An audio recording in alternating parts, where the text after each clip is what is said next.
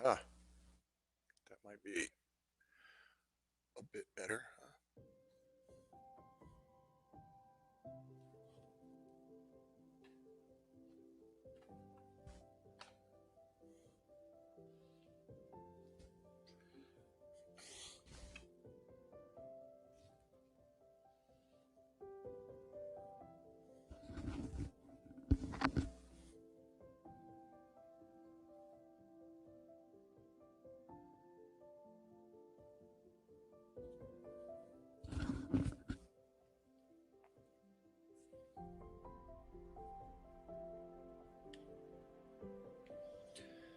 Ladies, gentlemen, come in, come in.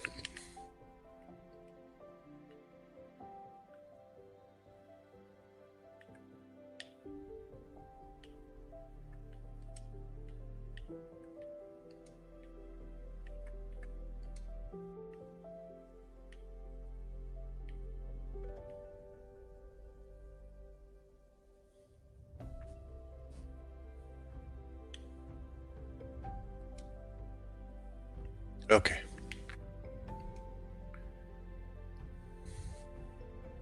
How's the microphone? Anybody out there? Can you hear me? Test, test, test. Check, check. Come on in, guys. I need a mic check. Test, test. Yep. Looks like I got a mic. Good to go.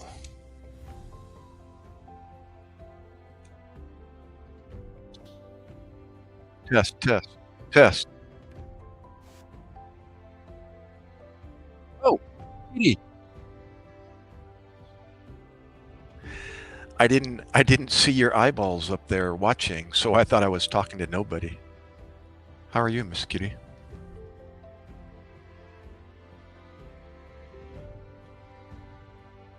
I'm I'm yelling out loud. Test, test. Check, check. Mic check. Now, I haven't seen you in a while.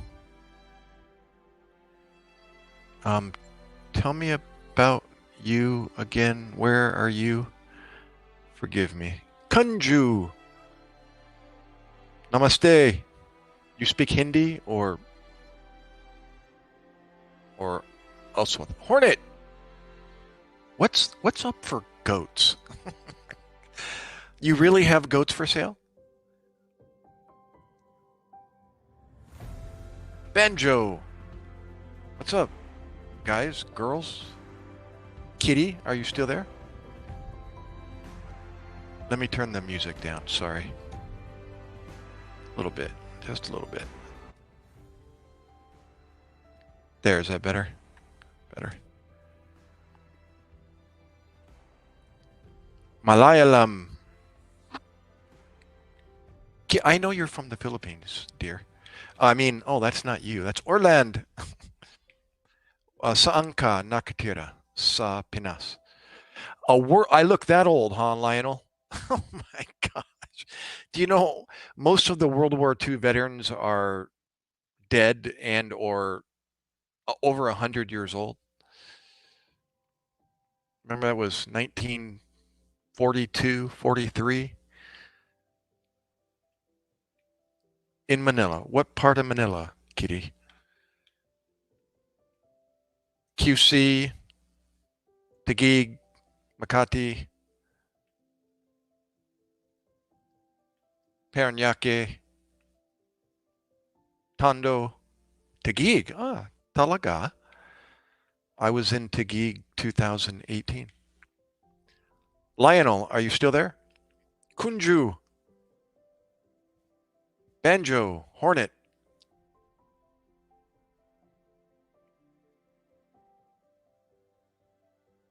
Oh, how about you? Are you in Taguig now or OFW? What is your status? And where is your father from?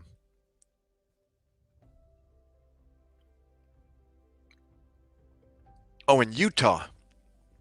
Okay, maybe you told me that before. I think I remember somebody telling me they're living in Utah. Are you married? in Utah or Stone Fox, Detroit. What's up, Roy?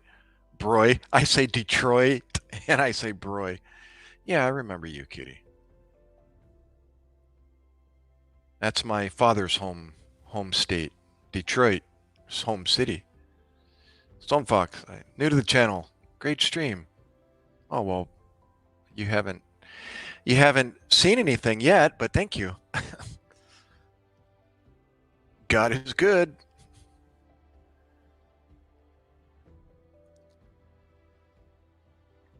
Broy, Detroit. So who are you, Stone Fox?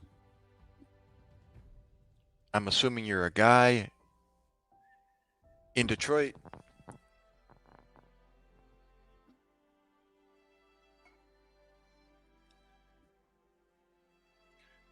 What part of Utah, kitty? Are you in Salt Lake or Orem or bro? That's way TMI.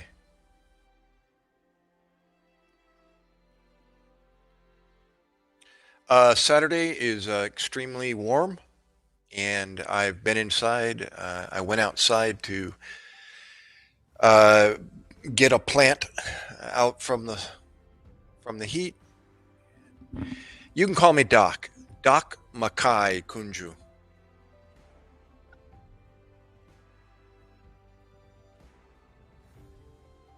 I'm sorry, Kunju. Did you say you're from? Are you the one from India? Sorry, sorry. No, Lionel is from Bangladesh. Gotcha, gotcha.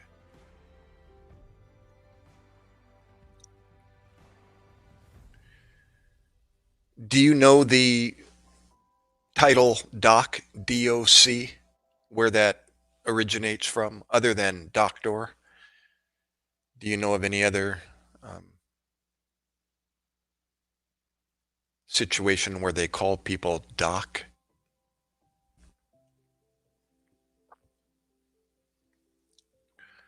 Kunju, I'm sorry. I'm going back. Oh, India. You're from India.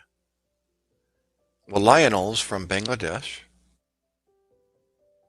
Kitty is from Philippines. So is Orland. Oh, Sai, Pranay. Are you are you still there, Sai? Sai? Did you skip already? Well, I'll tell you. What up, Doc? Justin, Doc Doolittle. Now that's Doctor Doolittle. That's a animated cartoon. But no, in the military, the United States Marines call their Navy corpsmen who provide the medical support for them. The Marine Corps do not have their own medical unit, their department. There's always a Navy corpsman implanted in the Marines on the ground, and they wear their uniforms, so you probably can't recognize them. So when they need their attention, when they need their help, they yell Doc or Corpsman, whereas in the Army and other branches, they call them medic. But in the Marine Corps, they call their medical support doc, whether you are a doctor or not. You can be an enlisted corpsman or a commissioned officer. That's right. They'll yell doc or medic, Lionel. Well, if you hear doc, they're referring to the Navy. Now you know. If they yell medic, more than likely it's the Army or the Air Force. And as well as the United States Coast Guard. The Coast Guard are modeled after the United States Navy in rank, in pretty much everything. So their corpsmen are also called Doc. Leon, another Leon. Oh wait, there's a Lionel and a Leon. How you doing, Leon?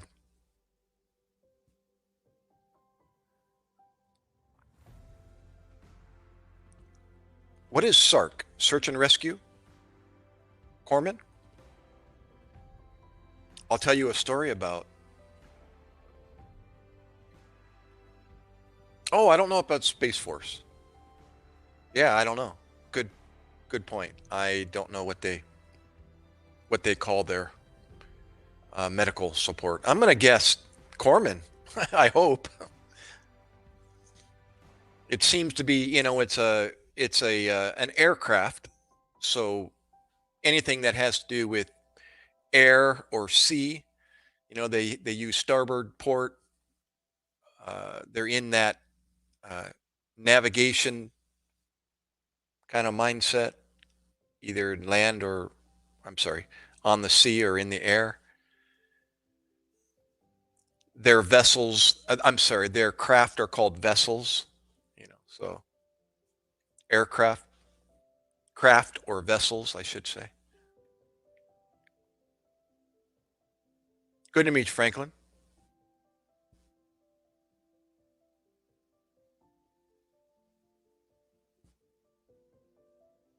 And I'm sorry, Leon? What part of the world are you from, Leon? I zoomed in on your profile pic, Leon, and my first thought was somewhere like Albania or Greece. Am I close? It was just somebody I know from those two countries, and that's the first thing I thought of. Ah, you're in Maine. I'm way off. What's your heritage, by any chance? What are what's it in American? Rations? Food? Yeah, rations.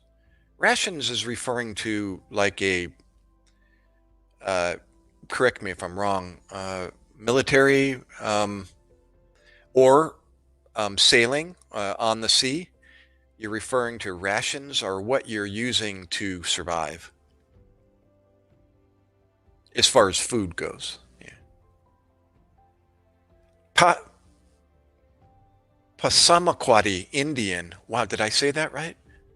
Passamaquoddy. I've never heard of that before. Wow, cool.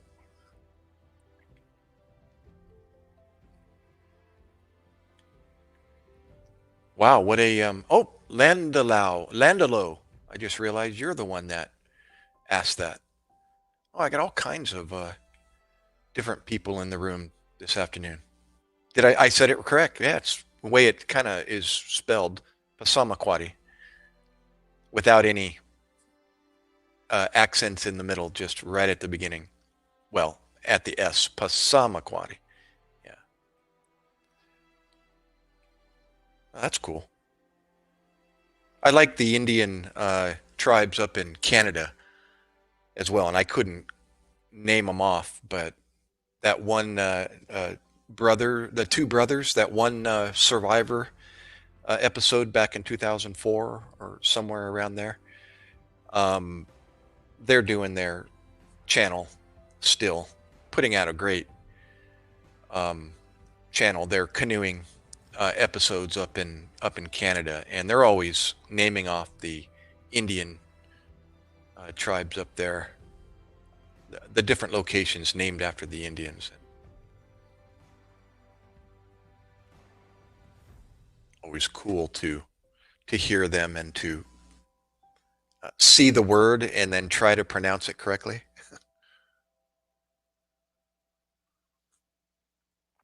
Like up in New York, I used to live in Rochester, gosh, when I was little, and the Canandaigua, I believe, is an Indian name. Canandaigua Lake. Um, what are some of the other Indian places up there? Canandaigua. Um,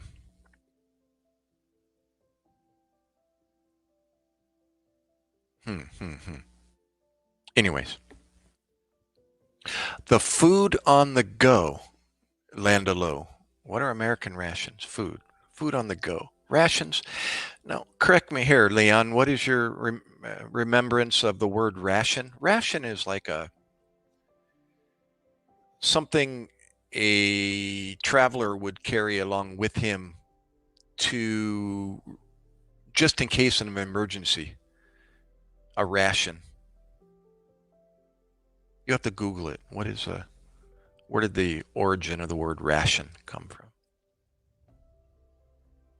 When you ration your food, you're you're conserving it so that you don't run out. So if you got 5 people and you've only got a little bit of food, you're going to ration it by giving each person a fifth of the food just so they can survive. So ration is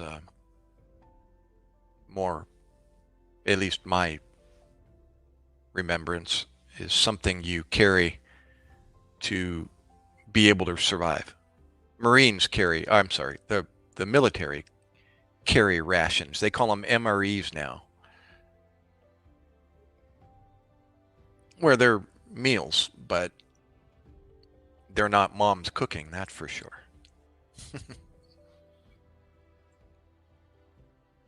Well, I'll tell a story if you guys want to hear one. I just thought of one in my head while I was waiting of actually, if I tell it, I hope I don't break into tears telling it, but Kunju, it's the name of if I may, Leon, it's the name of a Indian tribe in the northeastern part of the United States back in history the before the United States were the United States, when it was just a piece of land that we call North America now.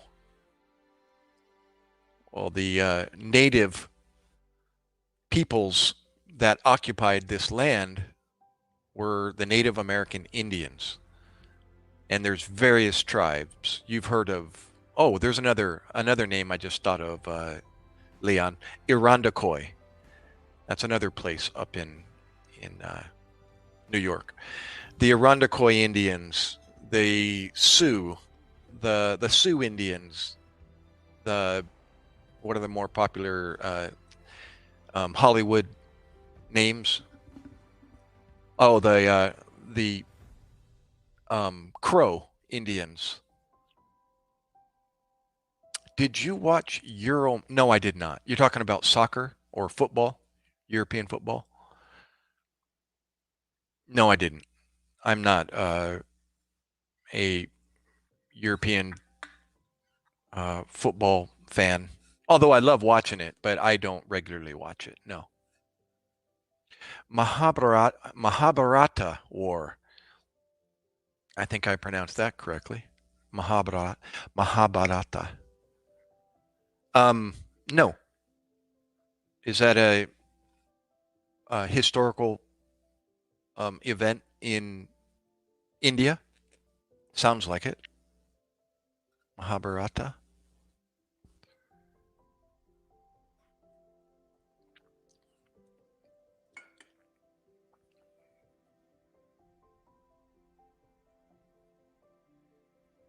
Yeah, I was in emergency medicine from 1989 to 2008. Pre-hospital emergency medicine out here on the street, running around in an ambulance and or in the air on a fixed wing Cessna or turboprop Mitsubishi.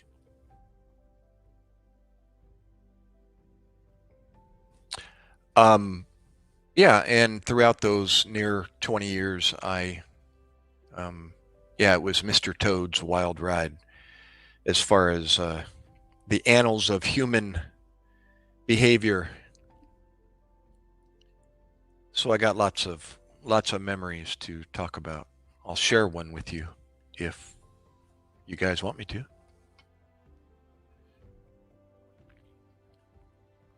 Sound good?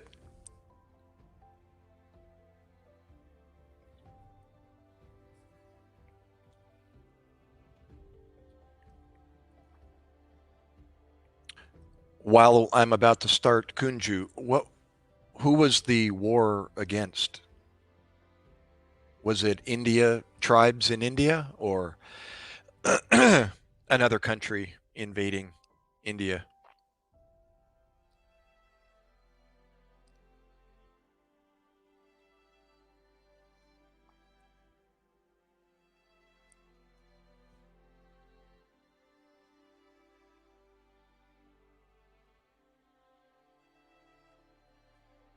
Landelo, are you still there? Let me see. Who else? Anybody who's still here? Raise your hand. I got 11 eyeballs watching. According to the this, there's a little icon. You don't see it, but I do right up there. Up, it's down to 8 now.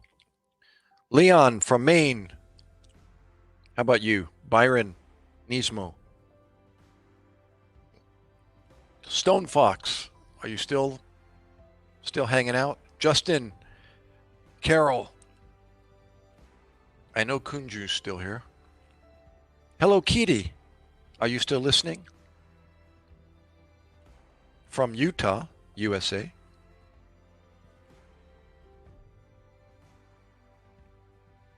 Well, let me just go into my story while you guys are typing.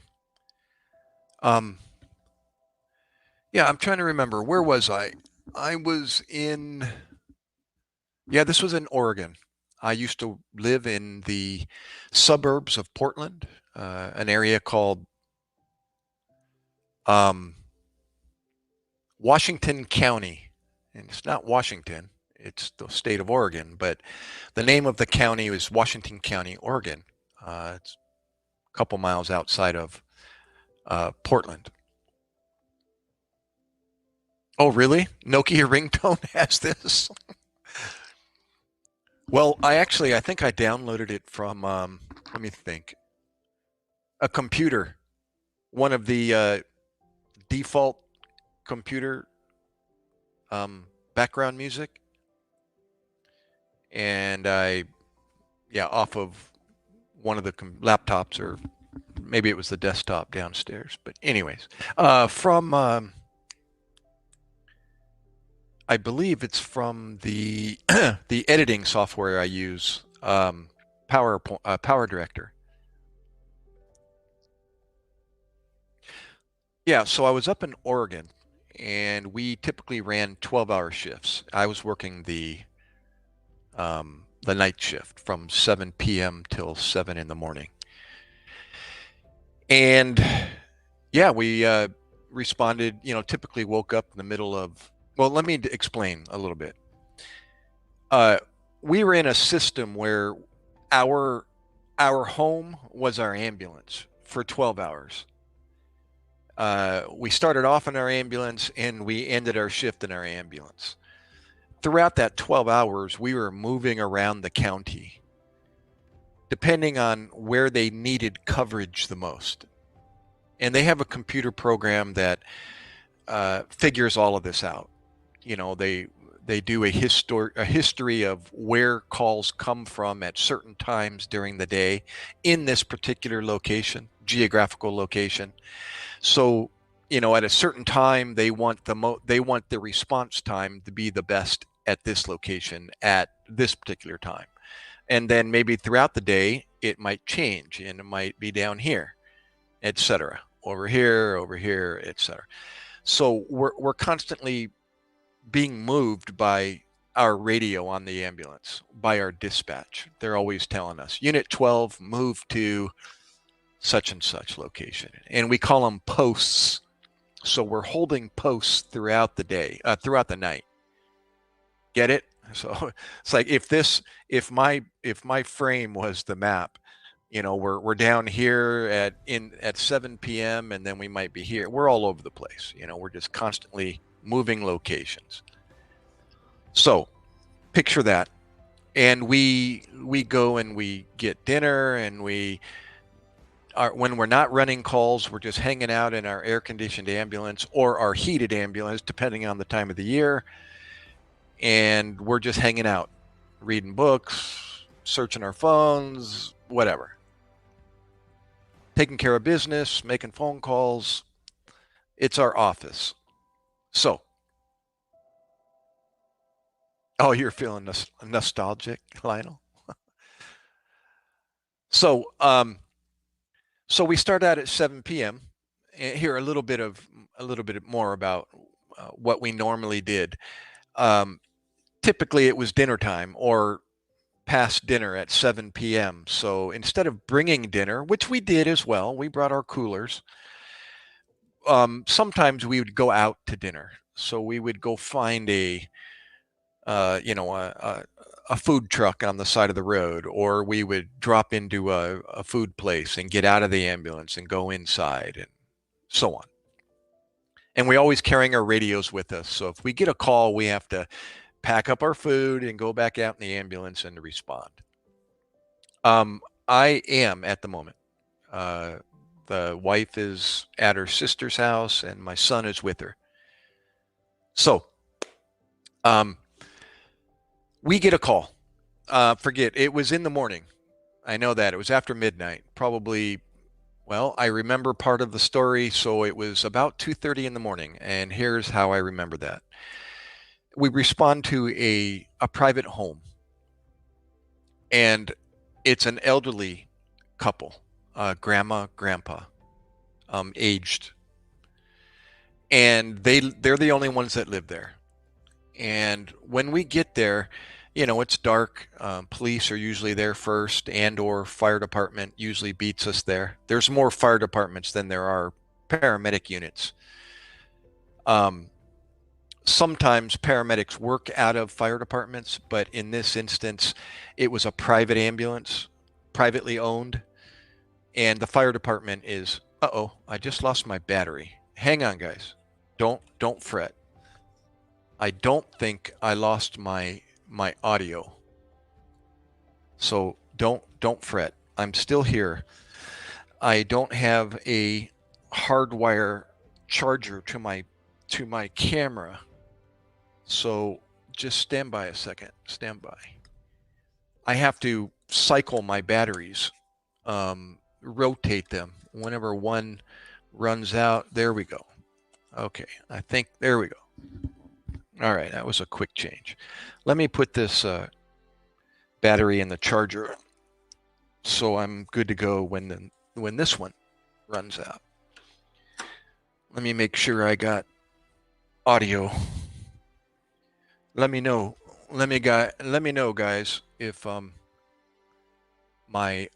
audio is still working.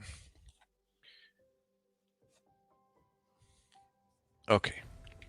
Let me check while you're responding. I'm going to check as well here. Audio test. Yeah, I got audio. Good to go.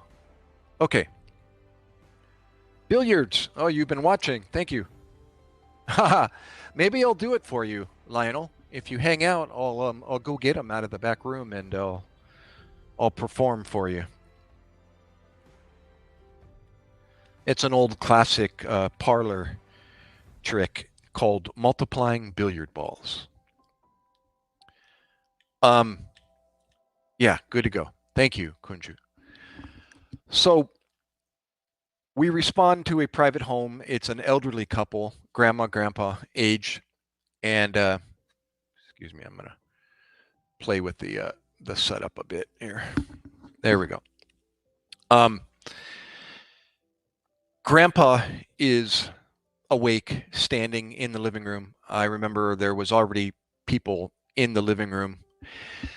Grandma is on the carpet. She's laying flat on the carpet. And I don't know if firefighters were already doing CPR on her or what. Probably. You know, we're trying to get the lights on and light up the place so we can see, you know, what we're doing. And typically there's two of us. So one paramedic is attending the patient and the other paramedic's gathering history. You know, we're trying to figure out the who, what, where, you know, of everything because we have no idea who these people are. We've never been there before. So we have to like do a quick, you know, where are we? Who is this person? What's her medical background? Where's her medications? You know, and that's the job of the second paramedic. He's gathering and asking all the questions and writing down all the information. And then he comes to me, kind of, this is all done simultaneously.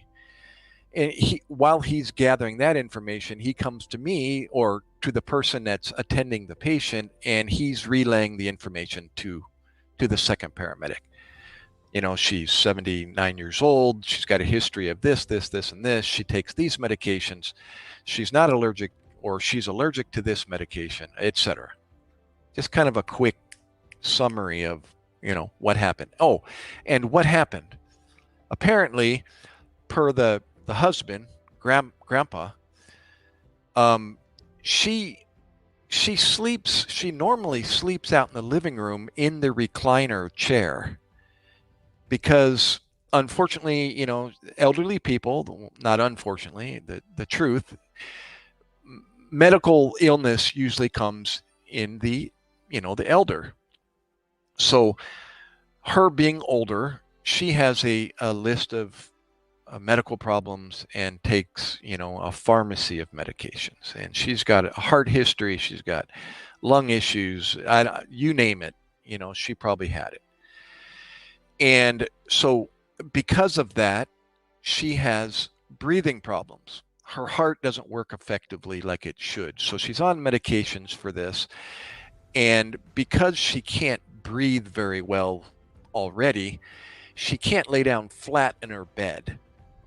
If you think about it, if there's any fluid in your lungs, gravity is going to pull the fluid naturally, to the lowest point. If you lay somebody down on their back, the fluid starts to, level out, and now you got fluid throughout all of the lungs. So a person typically will want to sit up. That's their position of comfort, we call it. And a lot of people who have significant breathing problems, they'll assume a position like onto their elbows, and you'll see them sitting forward in their chair with their hands on their knees sometimes. And that's the way they present all day long. They're either standing or they're sitting. When they sit, they lean forward and they put their hands on their knees. And we call that a tripod position. 1, 2, and 3, sitting down. And they lean forward, and that helps them breathe. So grandma typically is sitting in her chair all day long. And when she goes to sleep at night, she doesn't leave her chair. She just reclines her chair back a little bit, and she can put her feet up. That keeps the fluid from settling down into her ankles. You've seen elderly people with giant ankles before, or swollen ankles. Well, that's called edema, and that's the fluid dependent, meaning it's in fluid settling in the lower parts, the dependent parts of the body. So to help that, they elevate their feet. Anyway, so she lays back in her recliner, and that's where she sleeps at night, all night long. And apparently grandpa checks on her like every 2 hours. And he said he went to bed at 2. I went to bed at midnight or thereabouts. And then he got up to check on her, and he found her unresponsive in her chair and apparently not breathing. And so he called 911, and then we respond and we get there. So sure enough, she was in cardiac arrest. She died. It was her time to die. And grandpa found her, and he's like 80 plus years old. And so we call this a cardiac arrest, or a code in the medical circles. We'll call it a code, meaning a person coded, or they lost their breathing and their heartbeat. And so we do what we can to try to establish those things again. And that's what we do. So that's what we were doing. I'm working on her. My partner comes back to me, gives me all the information. CPR's in progress. Firefighters are doing that. We're on a carpeted floor in front of the chair in the living room. And, we do everything we can to, breathe for her and try to get her heartbeat back. either manually through chest compressions and or medications and electricity. So we use all of the above. We use all of our tools to try to establish, things again and enable her to live a little longer. Um, Unfortunately, we did everything we could. We have a whole protocol that we go through, and if nothing responds, we will typically load her up onto the gurney if we haven't already, and we will transport to the hospital. Or if we determine the protocol sometimes allows us to pronounce her dead or deceased there in the house. And we have to make a phone call and do a liaison with the doctor and just tell him what we have and what we've done and the results of that. And he has a checklist as well as far as what he has to determine before he can give us the okay to pronounce her there at her house. Well, we got that order from the doc. I remember making the phone call or the radio call, and he agreed that there was nothing else that we could do, and he actually gives us a time when he pronounces the person. And so we repeat everything that he gives us back to him, and then that's all we do. And then usually the police will arrange a coroner to come in and take care of it from there. And then we clear the scene and we leave. Well, in this case, you got to picture this. A part of the picture I haven't told yet is Grandpa is standing back in the hallway. He's kind of off to my left over here in the hallway, and he's watching the whole thing. He's watching his wife of 50 plus years, being coated on the carpet, and electricity, delivered through her body, and medications pushed in her veins, and somebody on top of her chest, doing chest compressions. And he stood, I'll bet you this man stood 6 feet 5 inches tall. He was a giant man. He wasn't fat. He was a strapping, we call it a strapping gentleman, with a chest this big, and he was just a giant person. And, he was sitting there like a child, scared as a young person, watching all of this unfold in front of him. And come to find out, a 17-year-old grandson was standing behind him, and he had his hand on his shoulder, and he was standing right there next to him. And they were both just, watching all of this. And then I got the order to, pronounce his wife dead. And after, I made the contact with the doc, I stood up, everybody stops what they're doing. No more chest compressions. Everything just terminates. And now I have to stand up and go over to the dad, the husband, if he hasn't already heard. I get to break the news to this man that his wife of 55 plus years is dead, and there's nothing else we can do for her. And I watched this 83-year-old man. I watched this man standing a foot taller than me. Well, maybe not, almost a foot taller than me.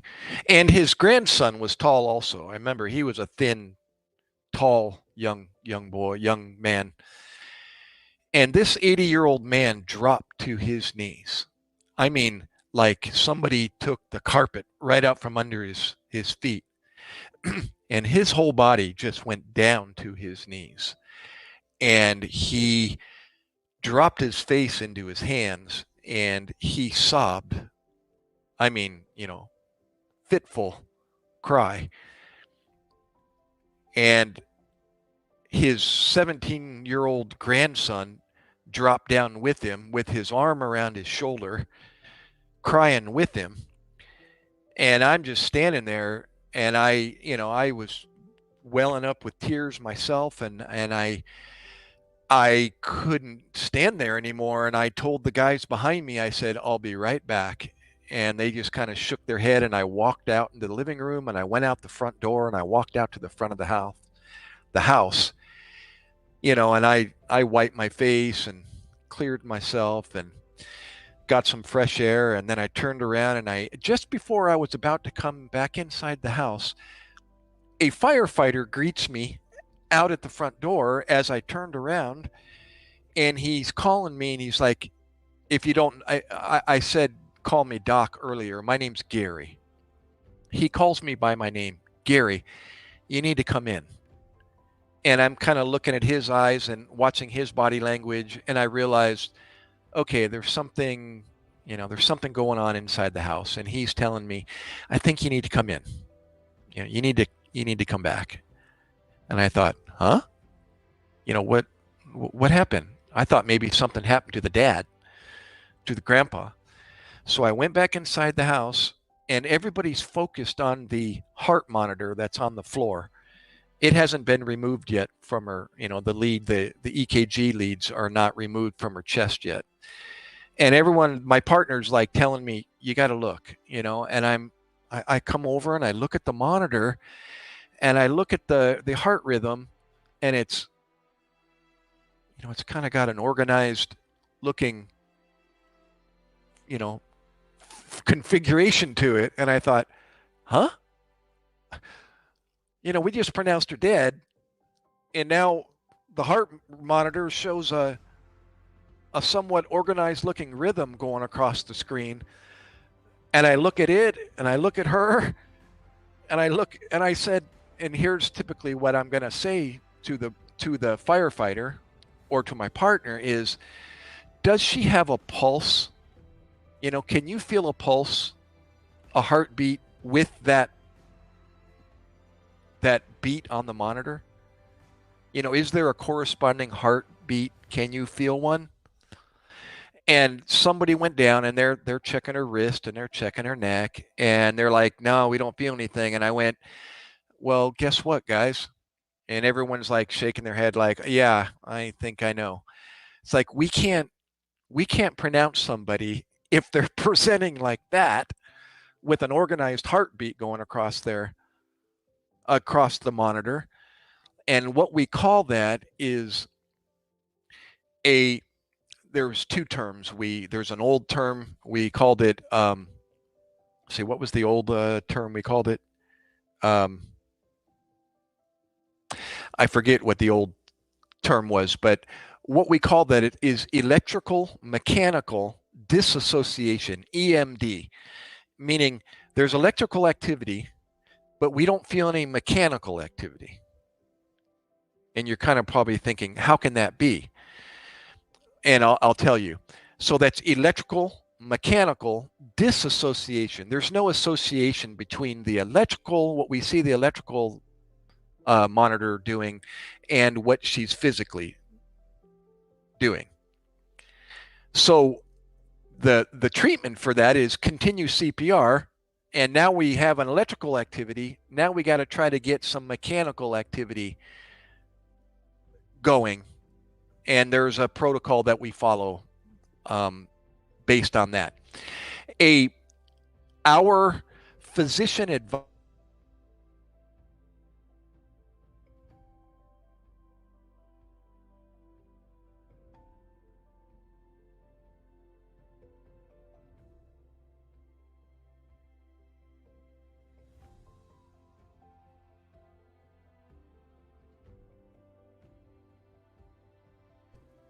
I think I got a microphone back. My Xbox went to sleep, and I lost my audio. Let me make sure I still got audio. Yeah, yeah, I got audio. Sorry about that. So my physician advisor just happened to be monitoring his radio that evening or that early morning, and he decided he was still awake. Maybe he just got off shift at the hospital. On his way home, he heard our call and he heard our location. So he decided to have some fun and respond to our location. So he gets there right as I'm walking back in the house. And now I notice I have this electrical mechanical disassociation. And I turned around and I see him at the front door and he's looking and he's listening and he hears what's going on. So I looked at him and he just went, you know, continue your, continue the call. Your decision. I agree with what your decision is. So you got to do what you got to do. And I went, okay. So we ended up packaging this patient after all, putting her on the gurney, out into the ambulance, and on the way to the hospital.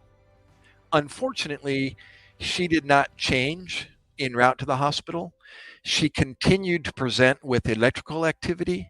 It didn't get any better. It deteriorated as we transported. And we never did get a heartbeat, at least a physical heartbeat back. So we continued CPR. Now, CPR produces a mechanical heartbeat, via mechanical motion, compression. And you can feel a heartbeat sometimes by chest compressions. But when you stop CPR and you look at the electrical activity and you're trying to feel for mechanical activity, there was no association. So unfortunately, she did die at the hospital. But I just remember it's like, are you kidding me? Really? I just pronounced this lady dead. And I told her husband of 55, 50 plus years that we did everything we could and there's nothing else that we can do. And then somebody called me back in the house and says, look, and I went, oh my gosh, really? So that was one of many memories that I have from emergency medicine. I don't know if anybody heard the story, if you're still around. I see 6 set of eyeballs still up there. I hope somebody was able to make it from beginning to end, with my camera going dead and my microphone going dead.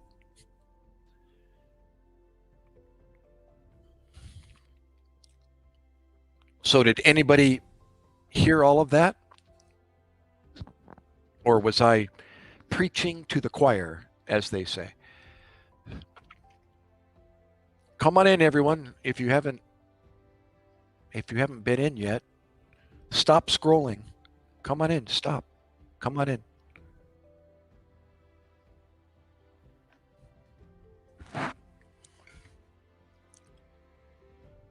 So who's still there? Kunju, are you there?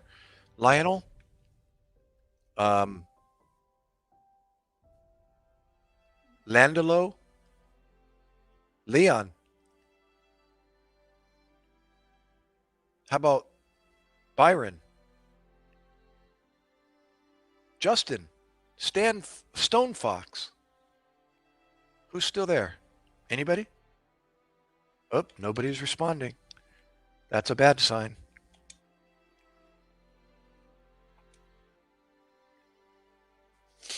Anybody? Everyone? Hello? Hello? Did I lose you when the camera went dead?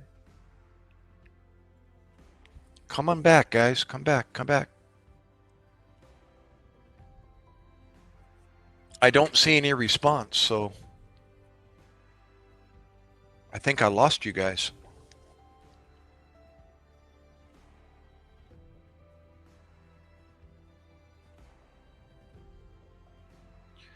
Should I do the multiplying billiard ball routine for you, Lionel? Are you still there?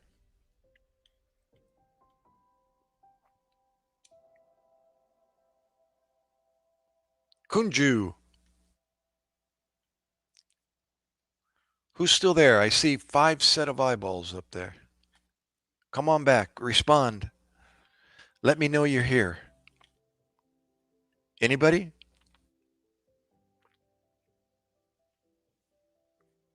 I still got a little bit of coffee left. It's almost gone.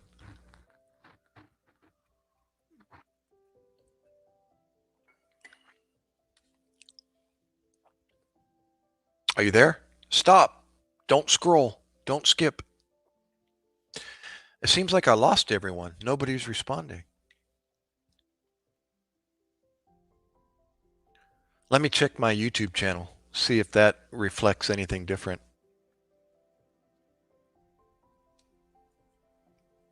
Nobody's responding. I see 5 set of eyeballs. There must be somebody. Anybody respond? Let me know.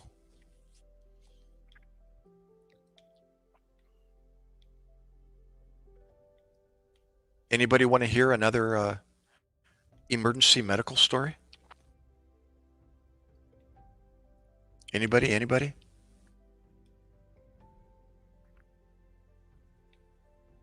Uh-oh. Oh no.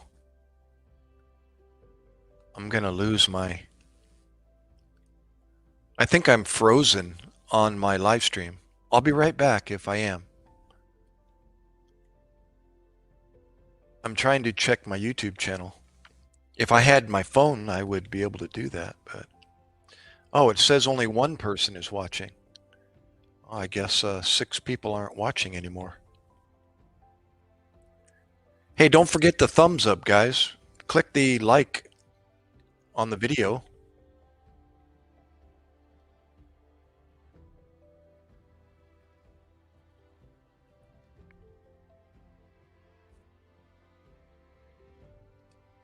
Oh, Esme. Oh, I just got to my YouTube channel and I see you on there. Well, how are you, Esme Edits? Are you Where are you from, Esme? Let me come back here if I'm frozen here. There we go. I'm still frozen. Esme, excuse me a second here. Let me try to get my camera unfrozen here. Okay, there's my... Am I back? Nope. I'm still frozen. That's bizarre. Hello? Am I there? Uh-oh. Looks like my camera disappeared. Well, give me a moment. Let me reload.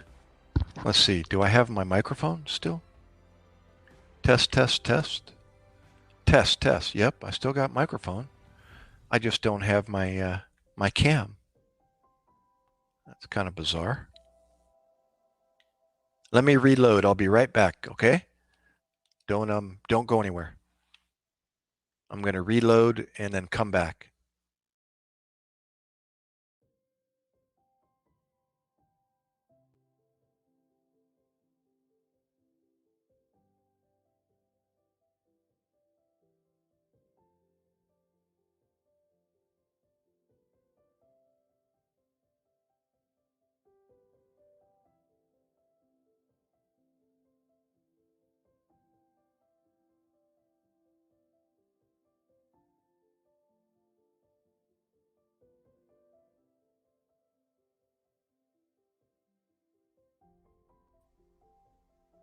Aha! I'm back. It looks like the signal's not very good. I'm kind of um, a little choppy there, but Esme, are you still there? Esme Edits. Where are you from, Esme? Come in, guys. I see 3 people. Are you guys still there? I was telling a story, but I think I was talking to the uh, the choir, as they say. Who's there? Come in. Stop. Don't scroll. Stop skipping. Come in. Come in.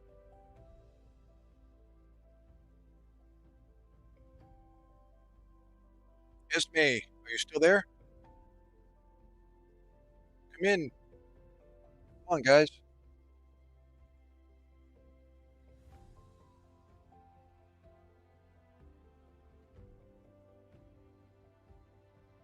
Aha. Esme, you're back. Where'd you go?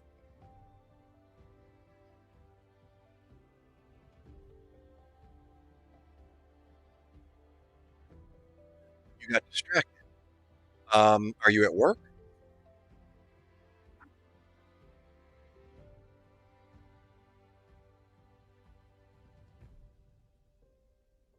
Tell me about you, Esme. Where are you from? Male, female? Uh, are you at home, at work?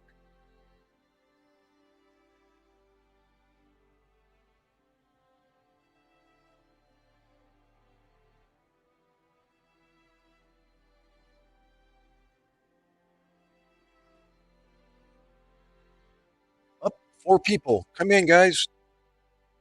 Type. Say something.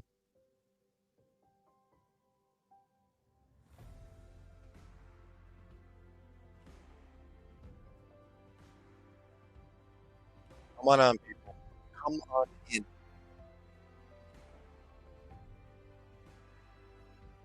Esme, come back, come back.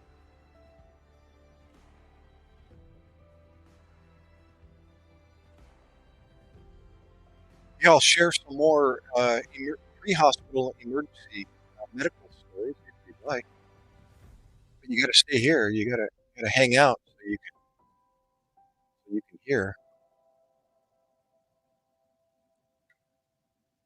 Seven people, come in. Stop. Stop scrolling. Say something. Come on in. Kick back. Let me entertain you with some stories.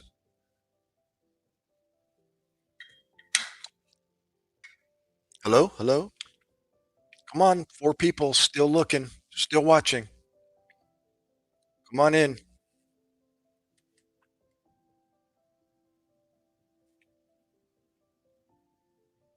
How's the music in the background, by the way? Is it too loud or good to go? And my microphone, is that loud enough? Too loud?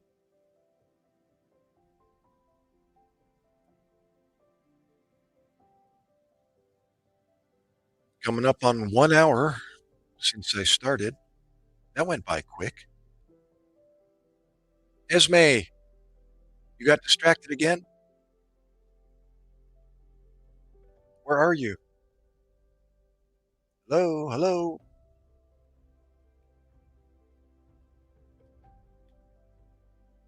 Come on in, people.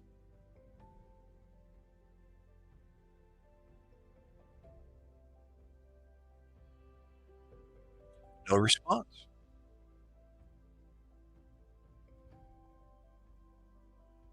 Are you there? Anybody?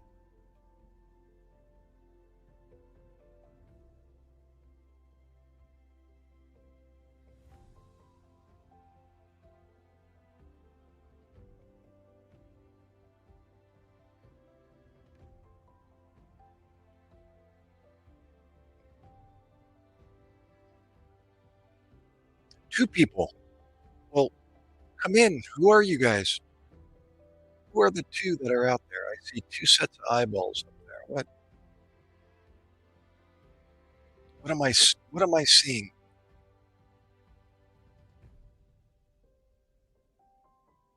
Come on in, guys.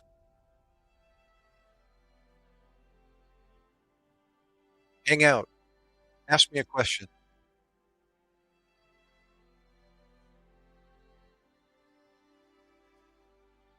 Five people. Come on, guys. Say something.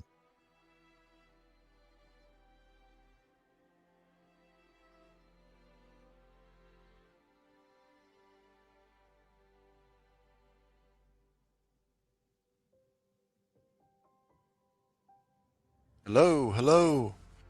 Come one, come all. Come see Jojo the dog-faced boy. He neither eats nor sleeps, nor crawls nor creeps. He's 15 inches across the eyes. He's Jojo the dog-faced boy.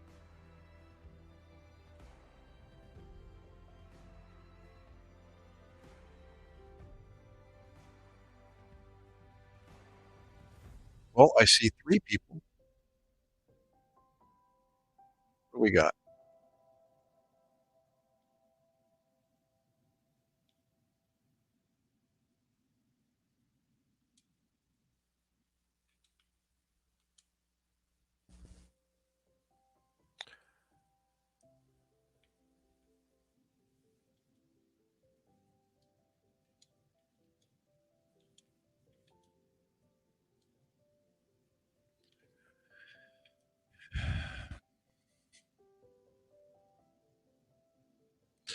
Well, I lost everybody. It's like Lionel and Kunju and Landalo and Leon, Byron, Stone Fox, Justin. Um, hello, Kitty. What happened to you? Hello, Kitty.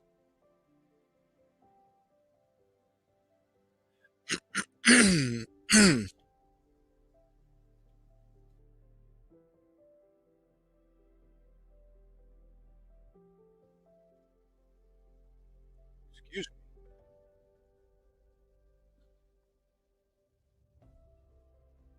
Anybody out there? I see four people. Come in, guys. Kick back. Relax. Chill out for a bit.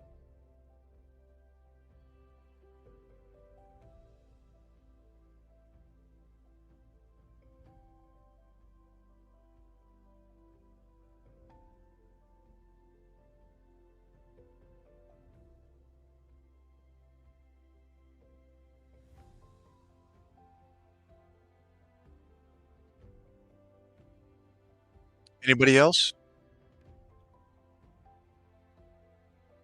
What is everyone doing on a Saturday afternoon?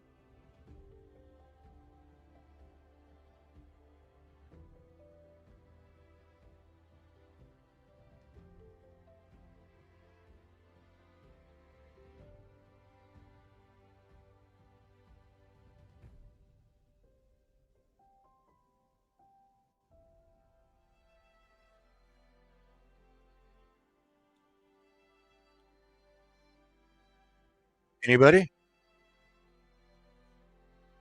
Who's out there? I see two eyeballs. Or are those just a figment of my imagination? Esme, where'd you go? You got distracted again? Hello? Hello?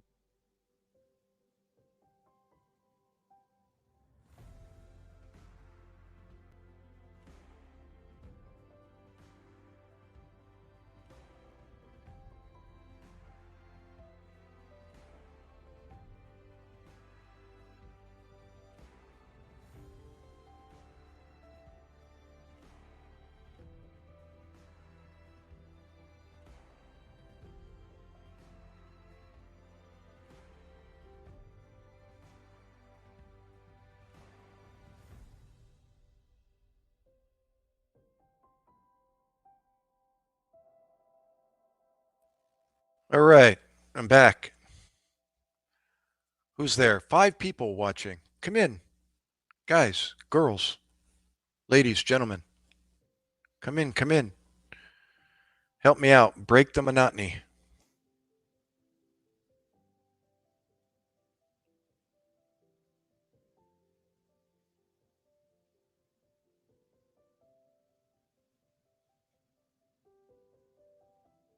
Come on, guys. Come in.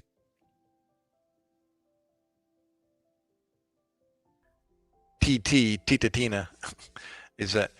Anyways, yeah, I ended up delivering a 23-year-old, 23-week-old, I'm going to call it a fetus, uh, en route in the back of my ambulance, and that was wild. I tell about it.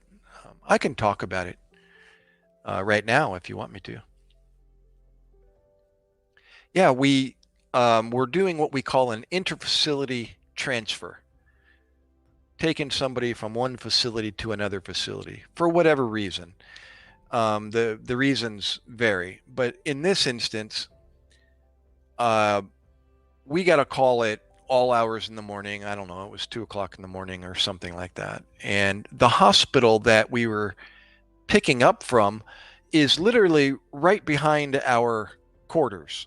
We were housed in an apartment complex. Actually, it was a lot that had a couple of buildings and uh, rooms inside of each building, and it was owned by the ambulance company that I work for, and they rented out the other rooms in the other buildings. Two of the buildings were for the employees, for the paramedics and the EMTs. So I was hanging out in one of these apartments, and we got our pager went off, and the radio inside the unit was going off, and we respond, and they're telling us we're doing an interfacility transfer from the hospital to another hospital about an hour north of where we were. This is in Central California. And come to find out, it was a OBGYN patient, pregnant, 23-year-old girl, lady, was pregnant. And she was, I believe, she was 23 years old, as well as being 23 weeks pregnant. And her first pregnancy, um, and only child, obviously, or going to be her first child. And she was already having contractions, which is not a good thing. 40 weeks is the goal, or thereabouts. So they have medicines that will either stop or slow these contractions, and they try to basically keep the bread in the oven as long as they can, closer to 40 weeks before they deliver. So she needed to be under more observation than what they could provide at this community hospital in this small town that I was located in.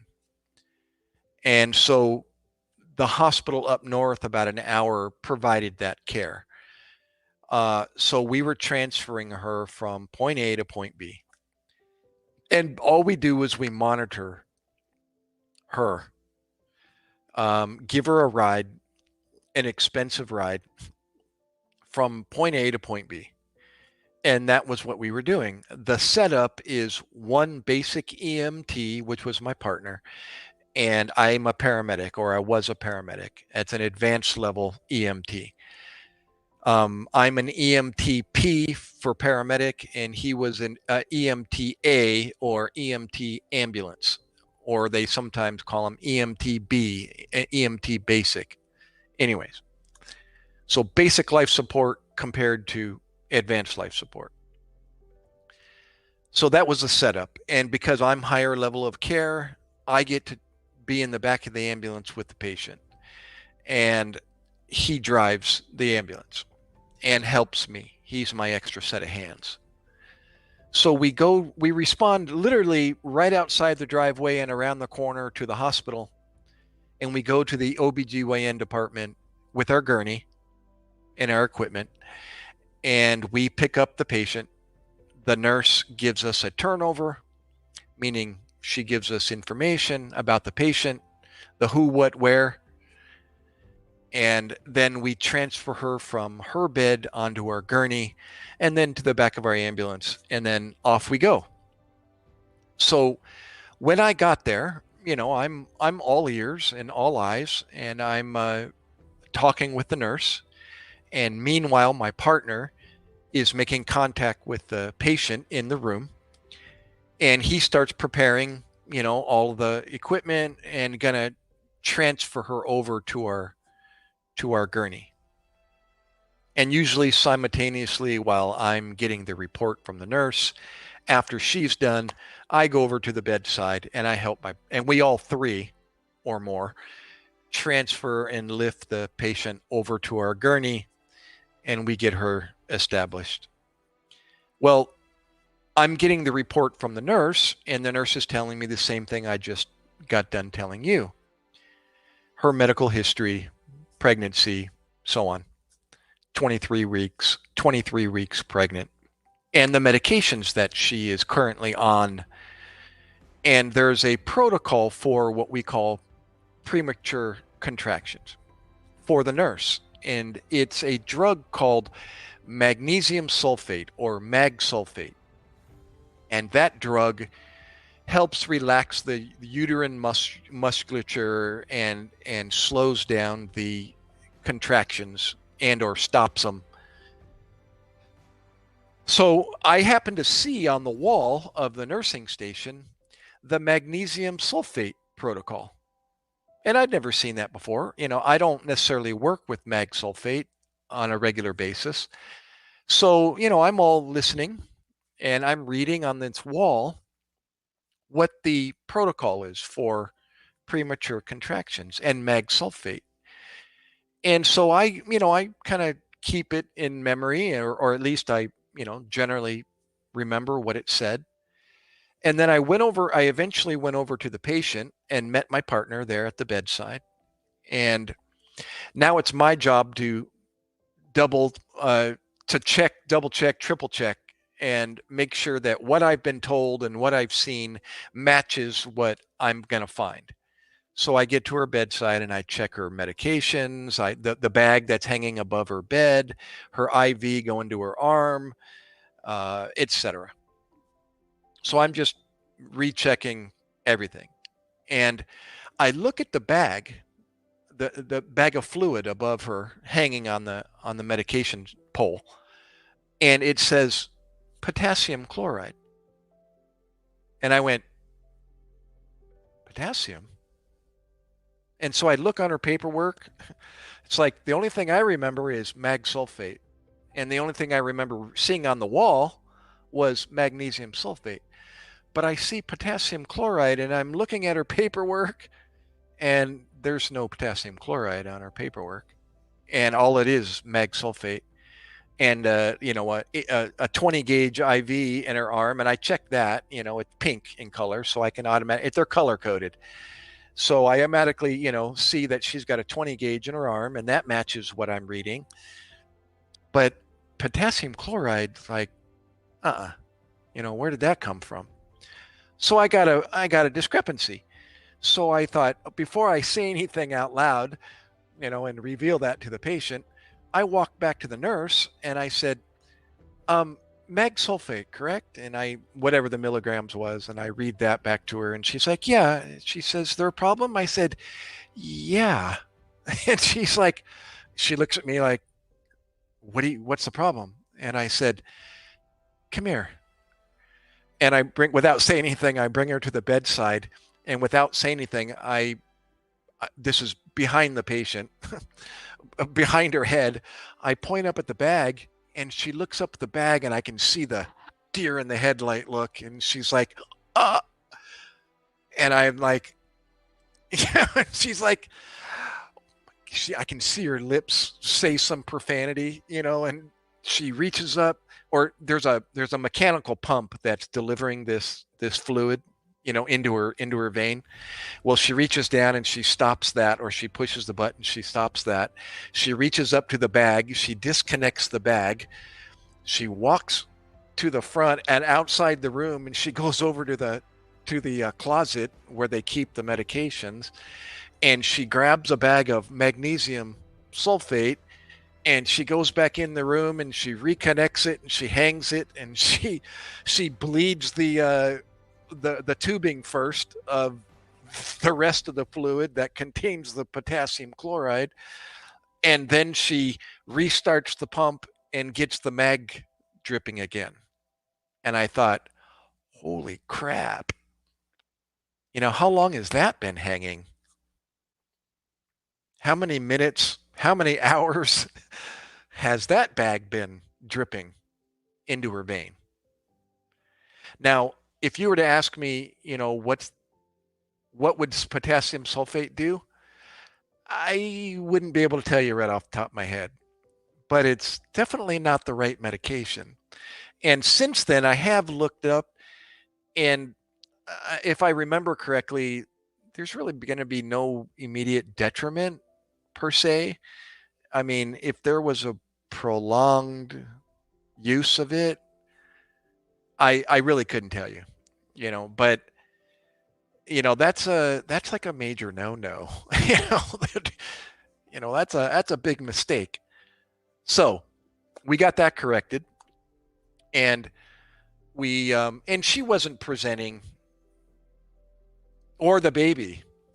But let me continue. What was an interesting experience you had during COVID?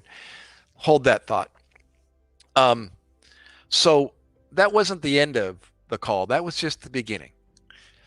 So we got everything taken care of. We got the right medication on board, and we transferred her over to our gurney, and then we wheeled her out to the ambulance. We got her inside. I jumped in the back with her. My partner goes around to the driver's seat, and we go on our way. We get on the Interstate 99, going northbound, and we've got an hour drive to get up to University Hospital in Fresno, California, about an hour north from the town of Del.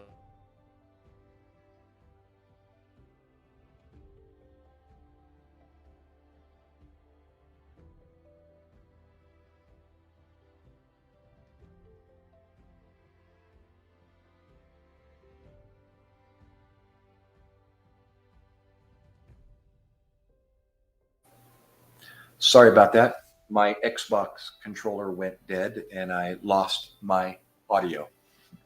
I think I'm back. Am I good to go now?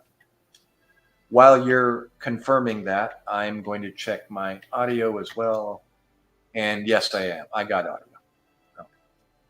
Yeah, if my Xbox controller, that white light there, goes dead, then it goes to sleep and it conserves the battery, even though I'm plugged in directly. And yes, I'm using an Xbox to broadcast. Um, so, anyways, usually an uneventful transfer.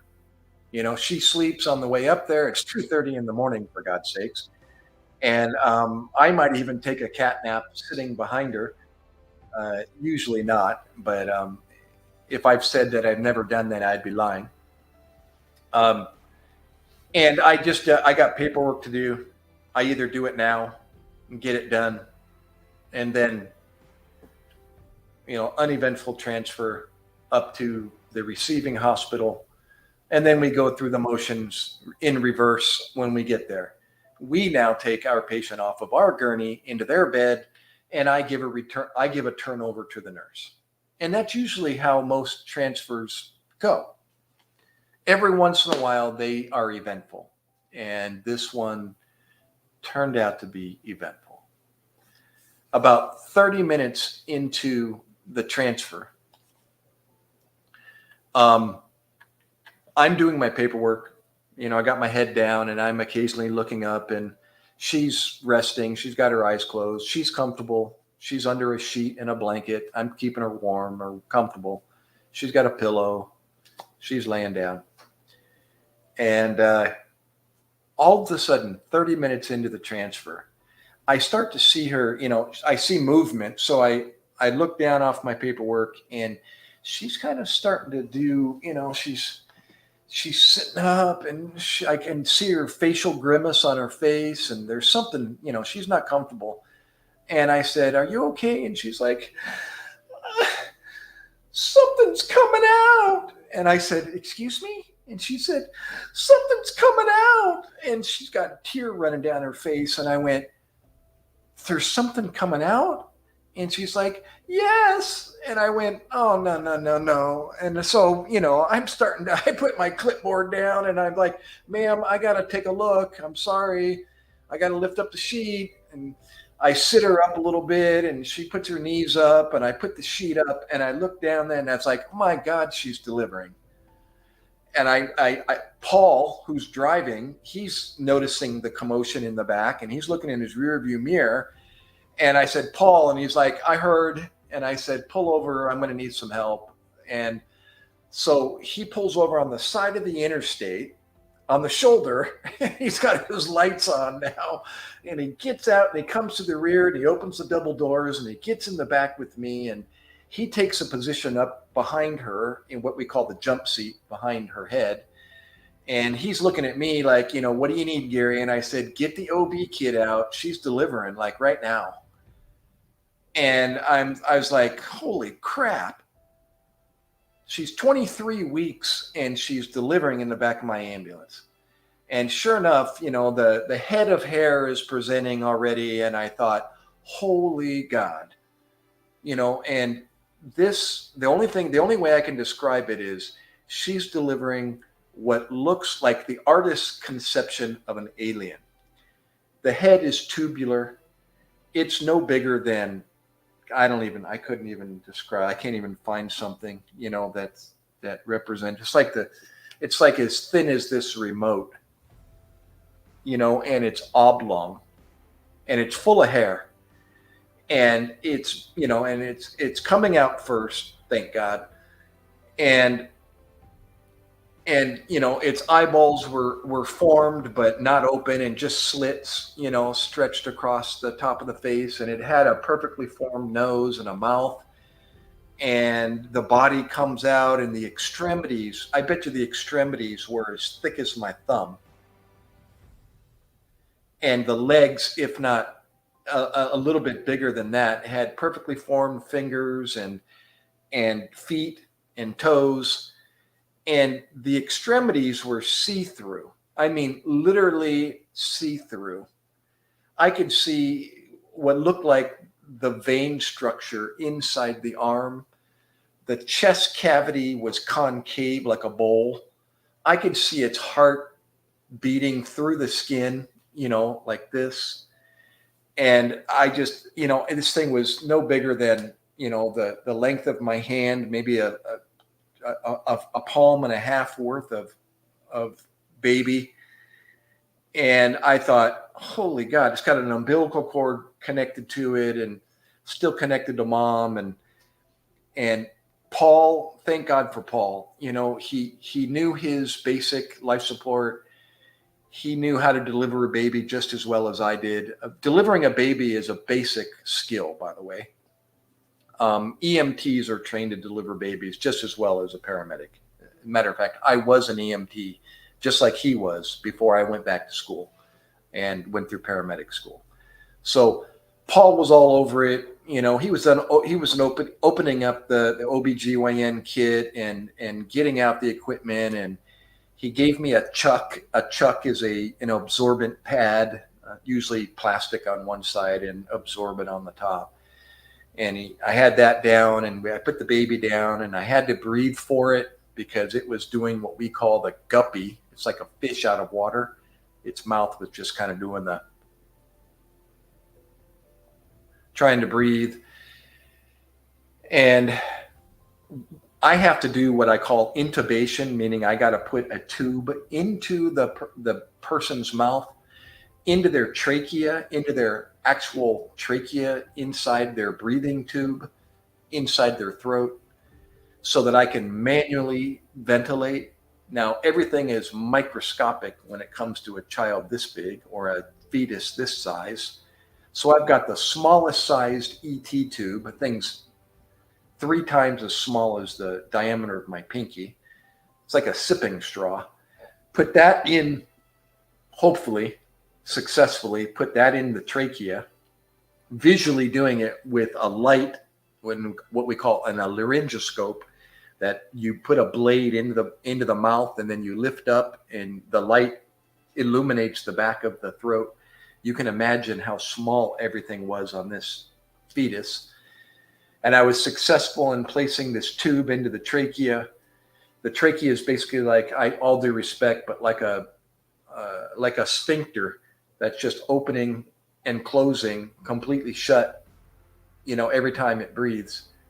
And when it breathes, I'm trying to time it and put this tube in this sphincter, which I was successful. And then this little, what we call a pediatric ambu bag, or you've seen in the movies or in pictures, the bag, the bellows, that they squeeze to deliver air. Well, you attach that to the ET tube, and that bag is attached to oxygen, so that bellows is constantly being filled with oxygen, and then we squeeze that through the tube into the lungs. I was successful at intubating this fetus. So I'm sitting there with two hands, pinching the tube with one hand and squeezing the bag with the other hand, and holding the baby's head in the rest of my palm. And while the mom is just delivered and Paul is attending to her, and there's things that Paul can do for the mother, and he's actually clamping the cord, and he cuts the cord for me, and it was wild. On the side of the interstate, all this is happening. And now I've got this baby that I have to attend to while mom's sitting there on the gurney, and Paul can't stay with her. We got to make a decision. What do we do now? Well, I said, Paul, get me to the nearest hospital, because we still had 30 minutes to get up to the receiving hospital. And that's a long drive. So my knee-jerk reaction was to get me some help, not only for me and the baby, but for mom, just in case. Well, Paul gets on the radio. He contacts dispatch. Dispatch looks on the map and realizes there's another community hospital 5 minutes up the road. And I'm like, yes, take me there. That's where we're going. 5 minutes is much better than 30 minutes. So he goes up to the next exit. He exit. They route him in. He finds it, no problem. We appear without any notice at the emergency room. It's like, hello. And they're like, oh. And this elderly nurse, she must have been 70. She greets us. She's like, where'd you guys come from? And I'm apologizing.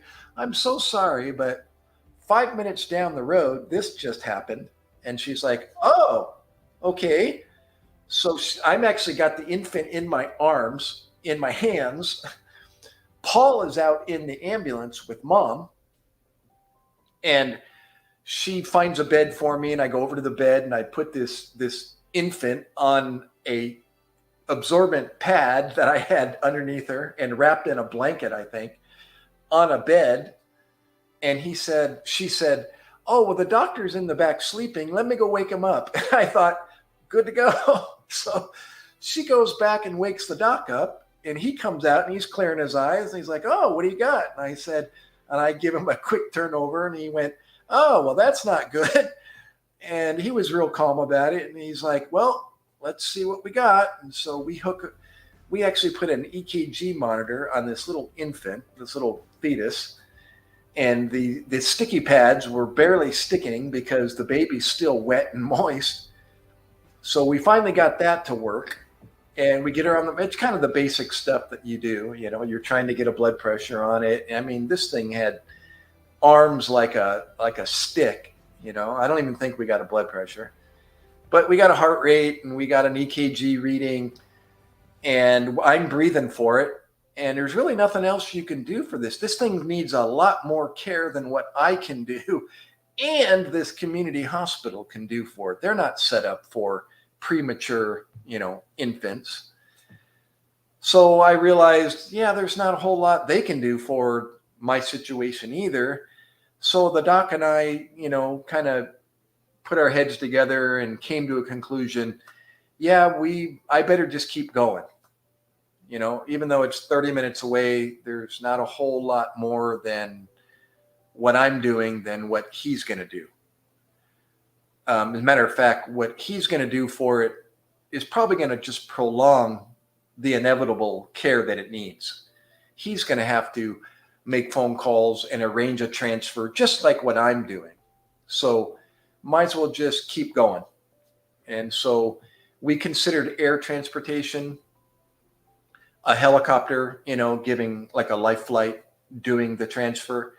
Yes, they would be able to get from where I'm at to that hospital quicker, but it takes time for a helicopter to launch from their station and get to our hospital, and then for them to unload and go into the hospital and then get the baby hooked up to all their high-speed equipment and then transferred over to their gurney and then out into the helicopter, and then for the helicopter to warm up and take off, and then to get to the receiving hospital. You get it?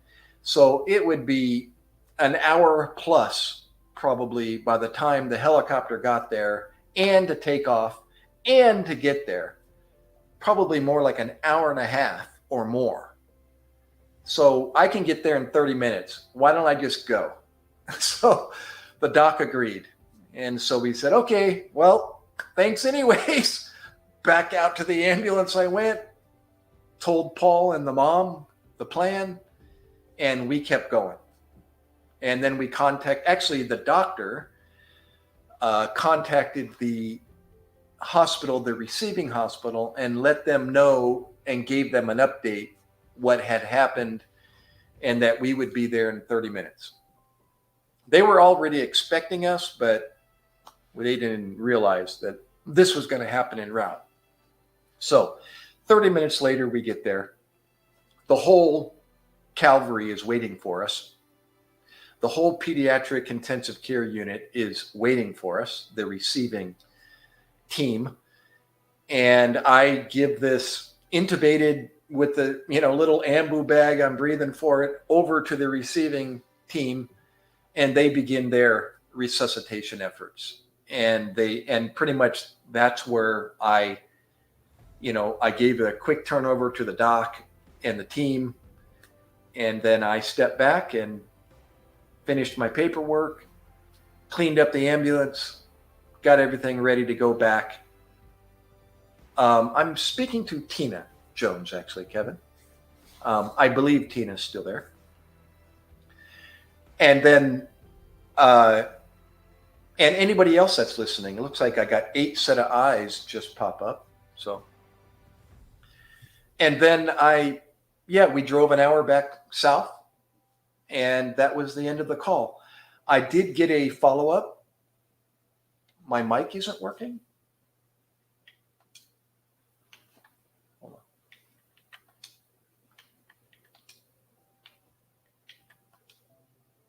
Test.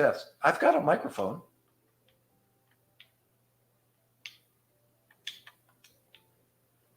I've got a mic, Kevin. Yeah, it's okay to Tina. I think it's your end, Kevin. Thank you, though.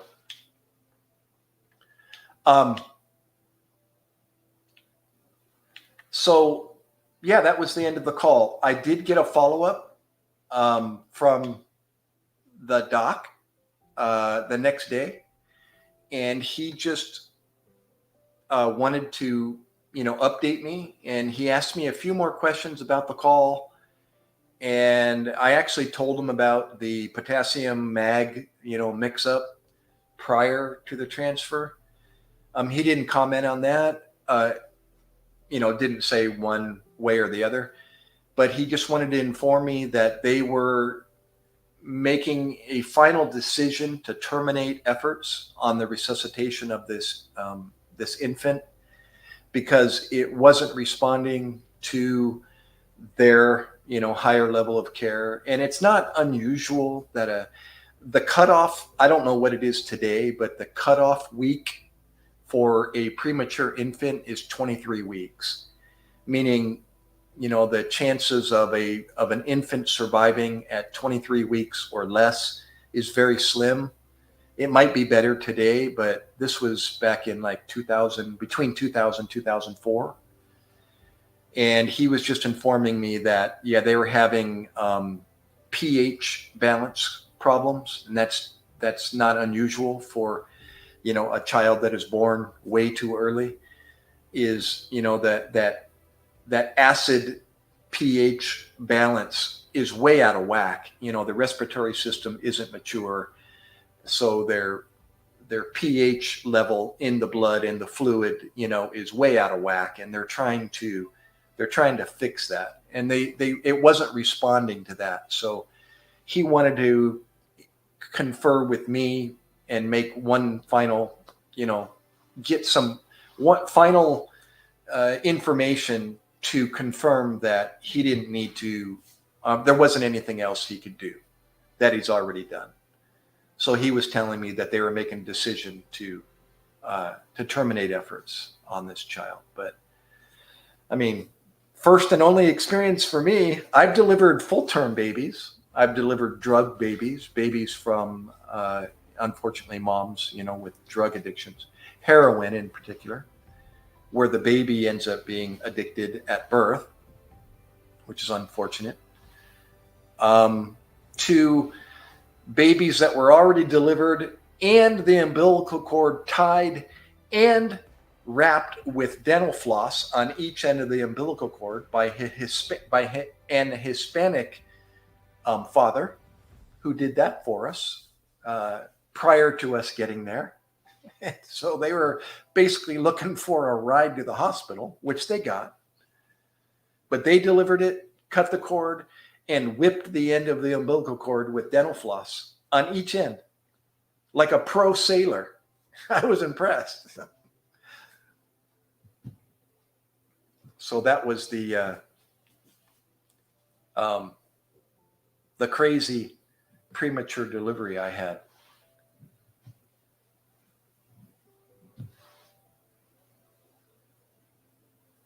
Tina, typically any death is sad, whether it's a premature infant to a grandfather who's 101 years old, that, is your family member. That goes along with the territory. It definitely does. Yeah. Tears are inevitable. We can't avoid those.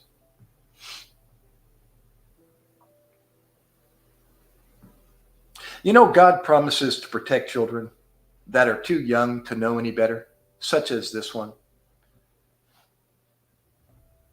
And he also offers an opportunity for you and I to experience this again one day. But there's a condition, and that is to believe, in his only begotten Son. And if we believe in him and believe that he was a real person and did what he did, that we too will live again, but this time forever. So that's really the most important thing we got to take care of before we leave this earth. Because God forbid somebody doesn't believe in that before they die. Because they get what they deserve, not what God, gave them. It's up to us. He provides the way of salvation. He provides the cure for our illness, for our death sentence. Can you imagine if a doctor said, I got the cure for your cancer, but I'm not going to tell you what it is.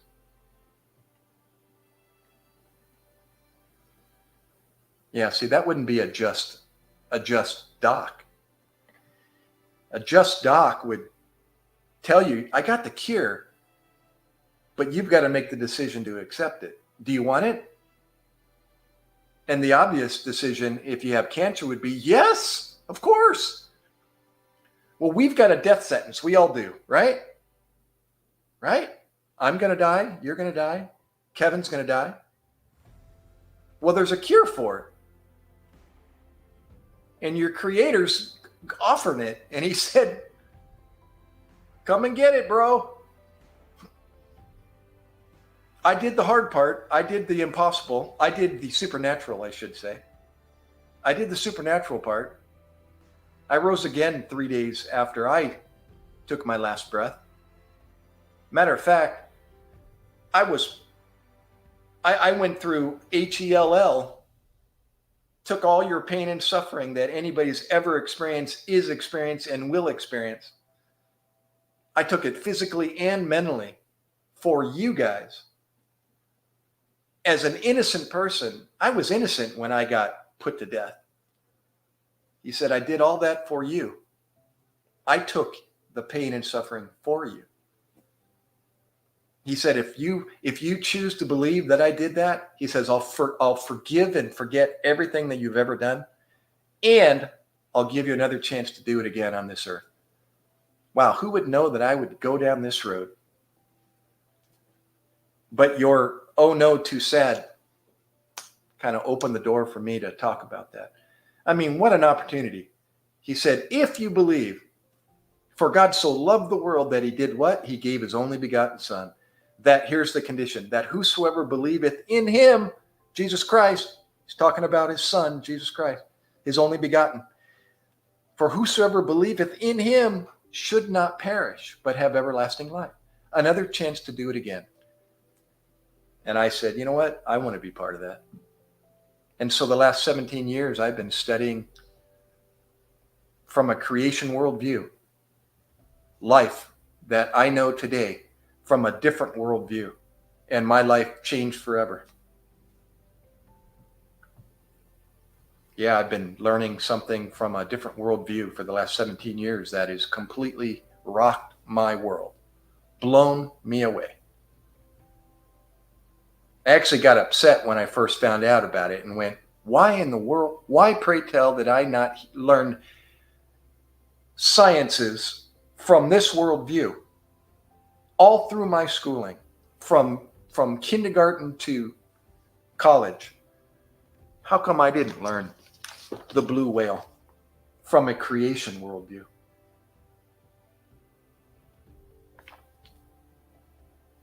I was taught it from an evolutionary worldview, right? I don't know about you, Tina. That's the school that I went to. And now I'm learning something completely different. And now I get books such as this. It completely refutes what we were taught. Evolution, the greatest deception in modern history. Say what?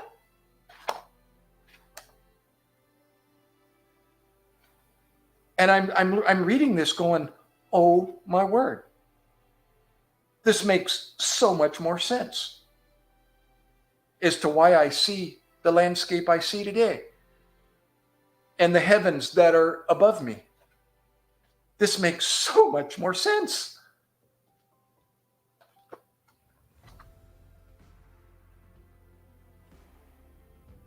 Oh, amen, Tina.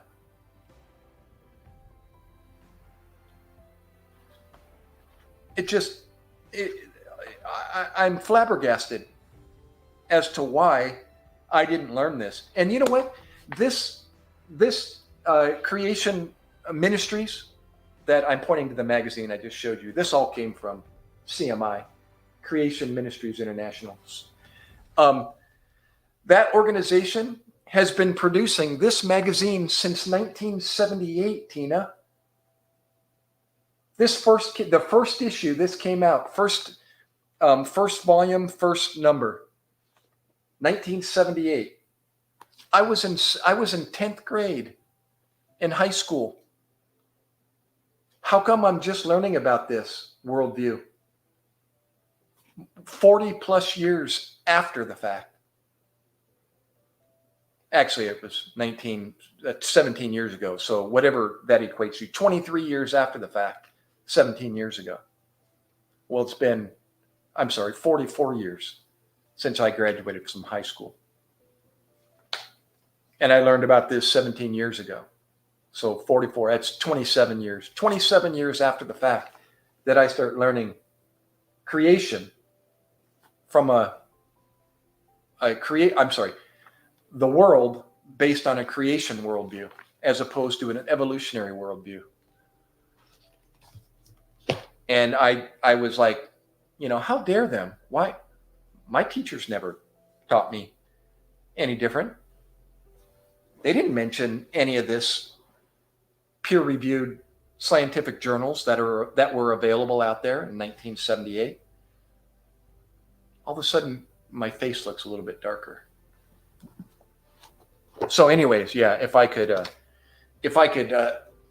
brag and and mention a plug, a very simple website to begin your studies on a creation worldview is creation.com. That's the name of the website. Very simple to remember. And I'm going to actually post it here. Creation.com, if I may. It's got a search bar on, the website, and just type in any word that that comes to your head when it comes to why we're here, how we got here. What is the truth? Let me see. I think my focus actually could be a little better. Excuse me a second. Oh, you know what? I've got that. Excuse me a sec. I probably just put myself out of focus here. I'm going to take off that virtual background. Excuse me a sec. I'll read your comment there. What am I doing? Oh, I'm taking off the virtual background so I can focus this. Hold on one quick second. There we go. All right, let me see something real quick. See if I can fine tune my face here a bit. Excuse me. Oh, that's a little bit better. Oh, that's not the best. It looks a little better. Okay. All right. I think that's going to be about as good as I can get it for now. Okay. Man often creates fiction out of ignorance or believing man is the superior being. Exactly. They have to. They have to come up with something to fit their worldview.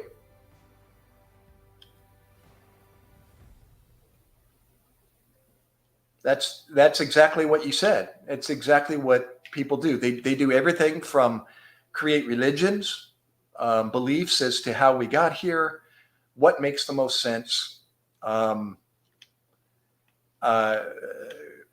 cultures, especially cultures. They start something, and then it's perpetuated throughout their culture, and that becomes their belief. And this culture, this part of the world, comes up with something else, and that is perpetuated. Here, this book, The Evolution, The Greatest Deception in Modern History. Thank God you made that comment, Tina. Oh no, too sad. Something as simple as that. Let me read this preface to this Evolution, The Greatest Deception in Modern History. And this puts it a lot better than I can. Check this out. This book is a compilation and review of commonly known scientific evidence supporting divine creation. Evidence in the fields of geology, biology, genetics, medicine, paleontology, chemistry, biochemistry, physics, astrophysics, and astronomy. Basically, all the fields of science. And specific research by esteemed scientists, and from my own personal experience as a consulting geologist and marine scientist. Okay? He's talking about this book. Matter of fact, one of the authors, this is Roger G. Gallup. That's speaking. Yeah.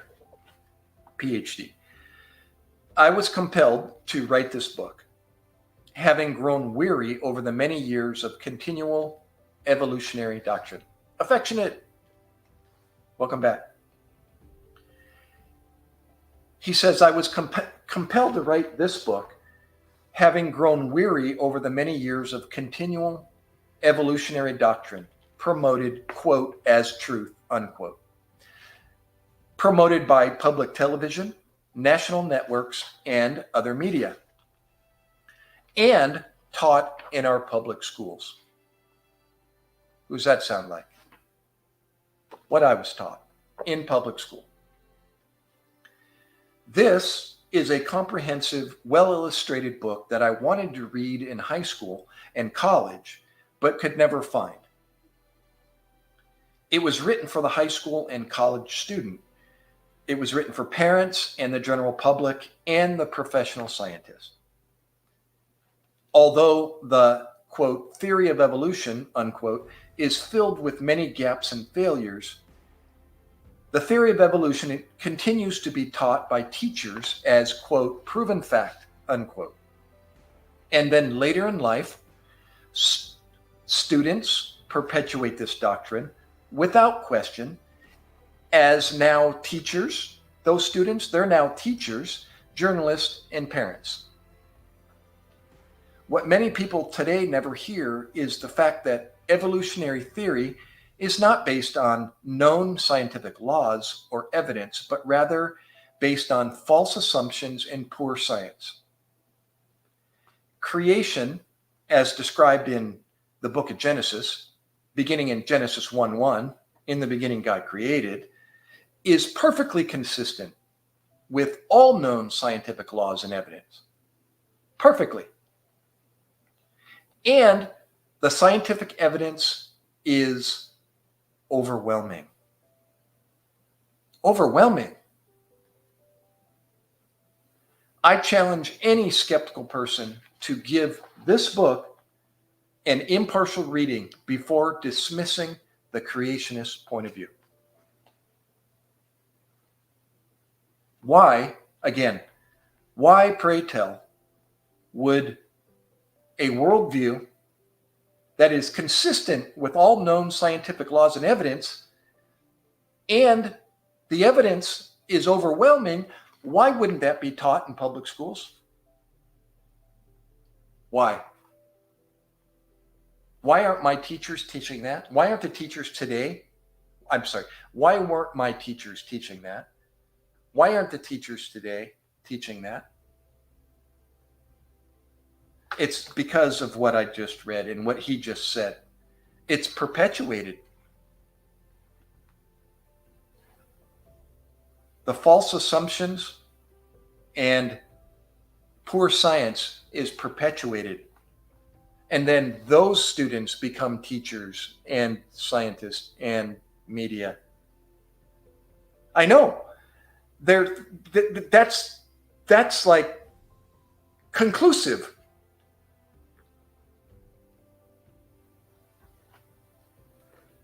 You know why? And I've learned this, Tina. You know why it's not taught? Because people choose not to believe. Period. They either allow that one supernatural event to be in the equation, and that supernatural event is in the beginning, God created. They either allow that into the equation or they choose not to. When they do, you come up with this. When they don't, you come up with the evolutionary theory. And that perpetuates until today. That's it. That's right. That's right. Yeah, they won't admit it, that they're afraid. No. Every excuse is given. And you know what? I didn't understand it either. I was one of those. I was raised as one. Until actually it began when I was 15 years old, when a man sat down on the bedside at my best friend's father's 50th birthday party in Claremont, San Diego, community of Claremont, San Diego County. I mentioned that earlier. After school, I went over to his house. His dad was having a 50th birthday party. Pool party.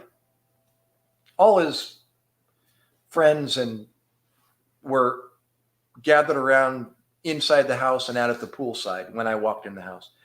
And I went into my best friend's name, or my friend's name was John. I went into John's sister's bedroom, and we were all gathered in there, all of us 15-year-olds and younger. Sister was younger than me. 14, 15-year-olds all in this room. And I was there. John was there. Sister Sherry, my sister's name's Sherry as well. His sister Sherry was there in the bedroom, and her friend, and all us guys and girls were in the bedroom and sitting on the bed.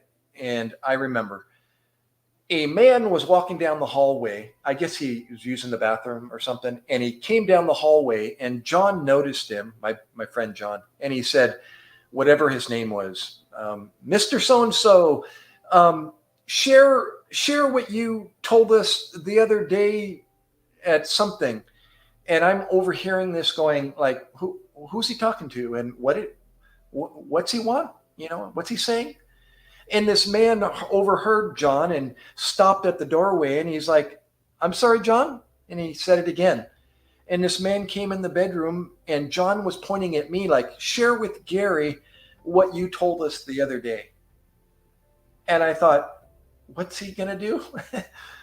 And this man's like, oh, yeah, I am Mr. So-and-so. And I shook his hand, and he's like, he asked me one question. He goes, Mr. Gary, if you were to leave this room today, when you leave the house, when you leave John's house, if you were to leave the room and let's just say something were to happen to you and you took your last breath and something happened, you got killed when you left this house and you went home, what's going to happen to your soul? And I went, I don't know. I don't know. He asked me a question I didn't know the answer to. And he goes, you mind if and he reaches over, or he had it with him. He reaches over and he grabs a Bible and he goes, you mind if I share something with you? And I went, okay. And I'm 15 years old. And for the next 20 minutes, he opened his Bible and he started going through the chapters, the books and the chapters. And he started picking out, verses. And he went to Romans and so on and so forth. And my camera froze. Why did my camera freeze? Hold on, let's see something. My voice is still there, but my camera froze. Oh, that's weird. Well, until it fixes itself, let me wonder why that happened. For the next 20 minutes, he shared with me basically the gospel, the good news. And he showed me how I could be 100% sure that if I were to walk out that room that day, that afternoon, and something were to happen to me, that I'd be assured of having a chance to do it again one day when after I took my last breath. And I thought, and he asked me afterwards, so what do you think, young man? And I said, I remember what I said. I said, sounds like something I need to take care of. And so I did. I took that, as they say, leap of faith, unquote. And I put my trust that there really was a person named Jesus Christ and that he did the supernatural for me. And I chose to believe in it. And he said, for whosoever believeth in him should not perish, but have everlasting life. Well, did I know what I know today about Jesus Christ and the story, who he was? And I didn't. And unfortunately, I wasn't plugged in to somebody like an accountability after that. And I ended up living the world's philosophy for the next 23 years until I was, it was 2007 here in this part of Jersey. So that was, 2007, I was 45 years old. And I was 15, so 32 years later, did I get plugged into a church that preached the truth, the Word of God. And then I began my studies. And for, like I said, the last 17 years, I've been actually studying the Word of God from a creation worldview. Is my voice still? Yeah, it looks like it's still. And now I understand it like I never have before. And it's wild. It's so good, I can't help but subscribe to a magazine that I get quarterly and continue to, research websites such as creation.com and meet some of the authors. I just went down to a location in 30 miles south of me and saw one of these authors of these journals and listened to him speak because he happened to be visiting this part of the United States. So Pretty good stuff. Okay, let me see what's happening with my camera here. I'm going to reload. So if you want to hang out, great. If not, that's okay. I'm going to reload and see if that fixes my frozen camera there. Hold on a second. I'm going to disappear. My audio is going to disappear for a minute as well.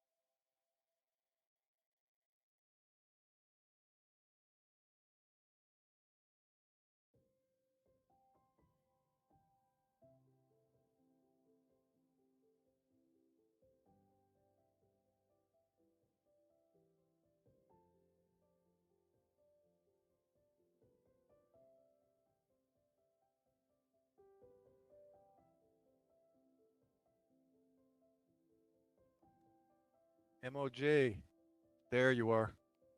I came back. My internet is pretty fickle, so I think that's the. Oh, and I'm frozen again. Yeah, I'm. Oh, you're going to the store? Okay, MOJ.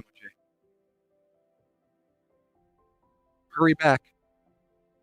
What are you buying? Are you buying something for dinner? Or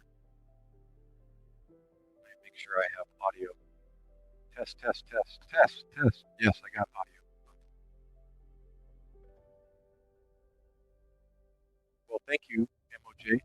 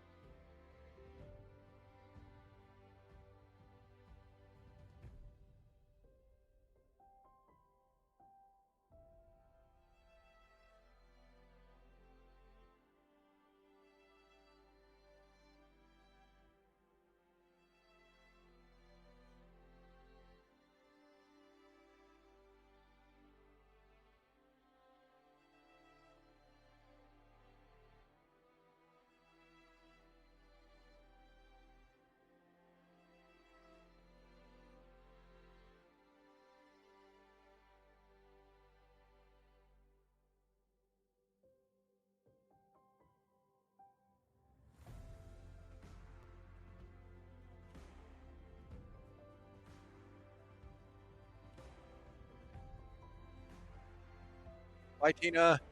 Sorry, I saw your message. Thank you so much.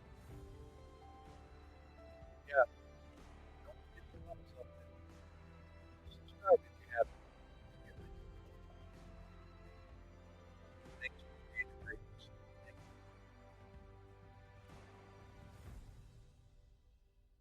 Awesome.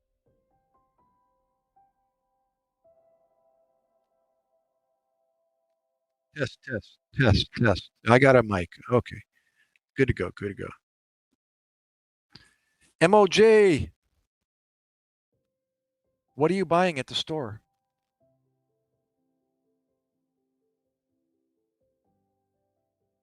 Are you still there? Come in, guys. I see four set of eyeballs. Come in, come in. Matter of fact, I'm getting a little thirsty. I need to get something to drink. Give me a sec. Oh my goodness. Oh, I'm still here. I'm on my mic.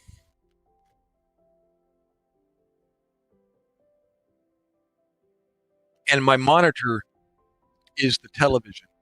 So I can see the television and see if anybody pops in. So if you're if you do come in, I'll be able to see you at least when I turn around and look at the TV. So what's up, MOJ? How's the Philippines? Or are you in Hong Kong? I forgot.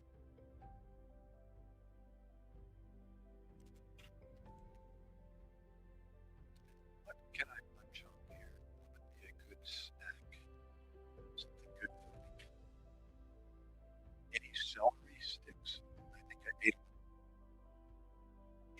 Oops, oh, I got some remnants. Celery sticks. Got some carrots. Green beans. Spinach. I could make a.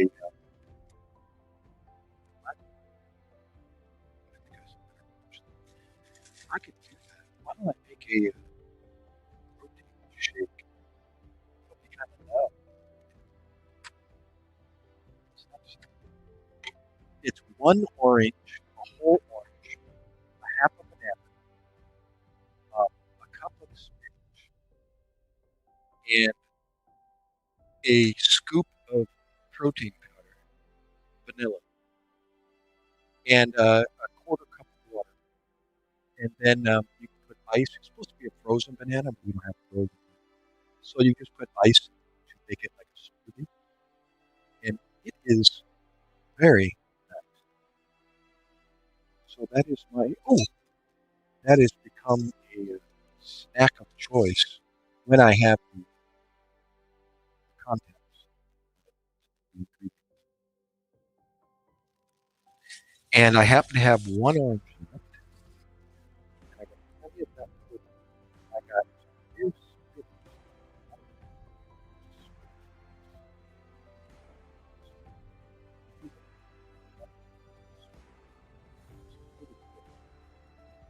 put everything in.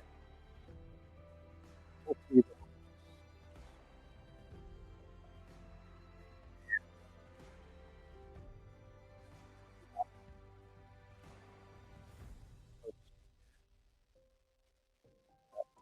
center out of the way.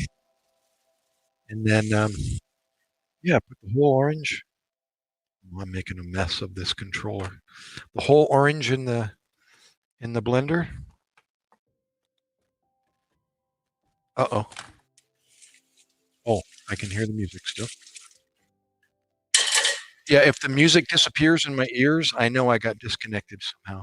And with this Xbox controller, very easy to do that. Okay, let me check the screen here.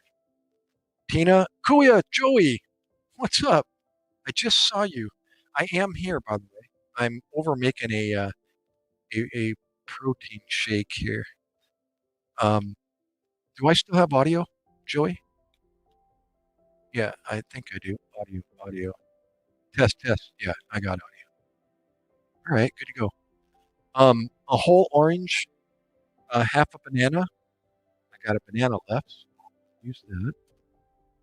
And a cup of spinach leaves. So cut the banana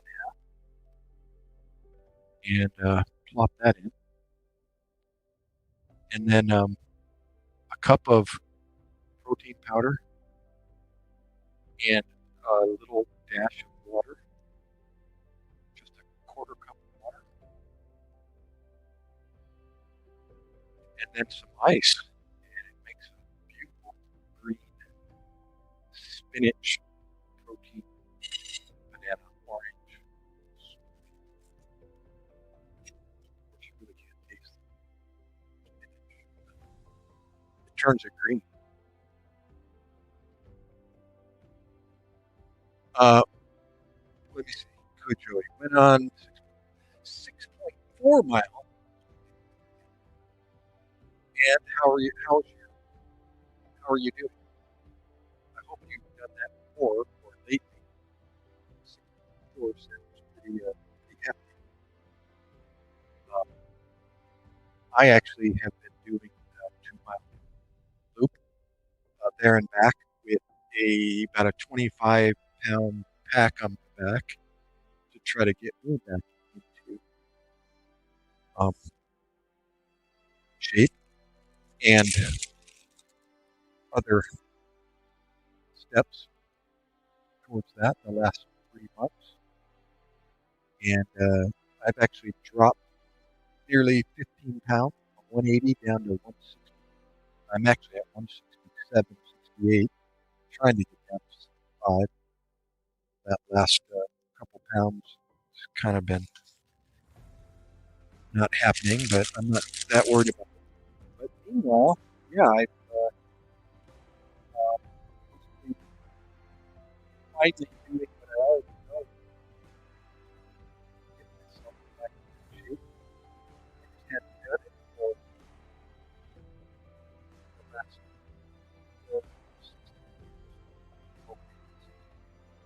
8 years. And, yeah, I finally turned the corner and got myself back in the swing.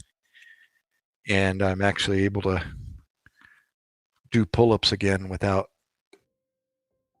um, pulling my bones out of my socket. So, okay, I think I got it here. All I'm missing is a little bit of water, and there we go. Quarter cup, and then I'm going to blend it, and then I'll add ice, and then we'll be happening. This is going to be loud, so I'm going to get out of the. I'm going to get away from it. Okay, let that do its thing while I step away here. You can hear it in the background. You're hearing every third word or so. Sorry about that. I've got a blender in the background. Uh-oh, I'm doing an Emma.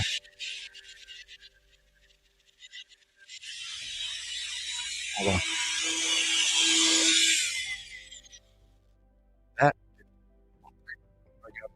I got to get it mixed up. Sorry about that.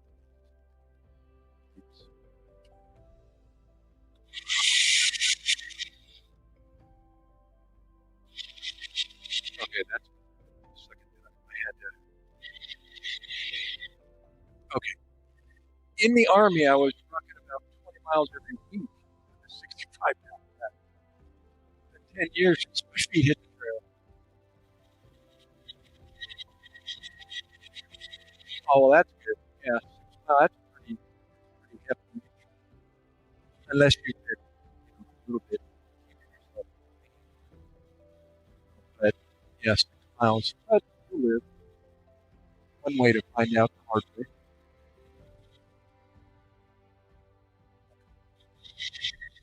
That blender's almost done. Can you hear me okay? I take it?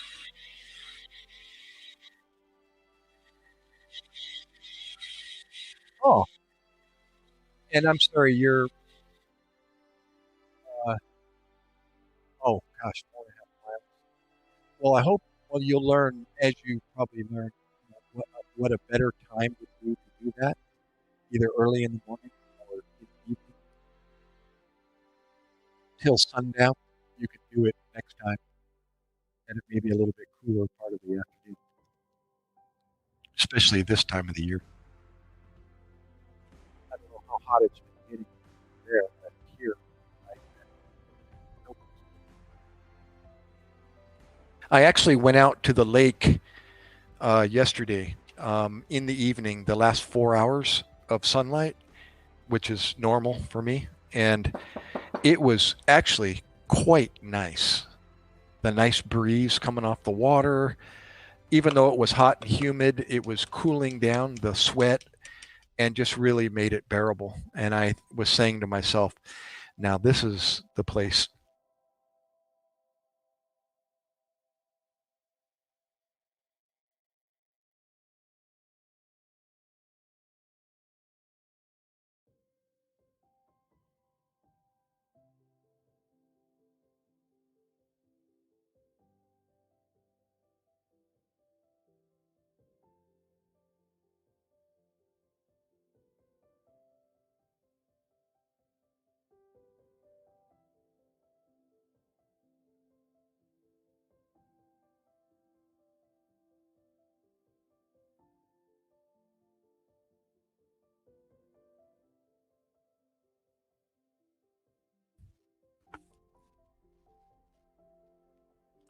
Oh, okay, I'm back. Pardon me here. I've got two of me up there now. There we go. No, I'm back. Uh, I just pulled the Xbox off the counter and it went crashing to the ground and everything exploded. Uh, my audio, my um, website, StreamYard went blank, and I had to relog back in. So I think I'm good to go now. All right. So let me pour some ice. Here, I'm almost done with this. Okay, I read that you got going at 7:30 in the morning. So yeah, you probably got the heat there by the time. That must have taken. Let's see, it's 20 minutes per mile. So 3 miles took an hour. 6 miles took 2 hours. And that's if it was uphill, would it take you about 2.5, 3 hours, something like that? I've got down my hike. It's 20 minutes per mile. That's 3 miles per hour. So am I about right? Took you about 3 hours. 2.5, 3 hours.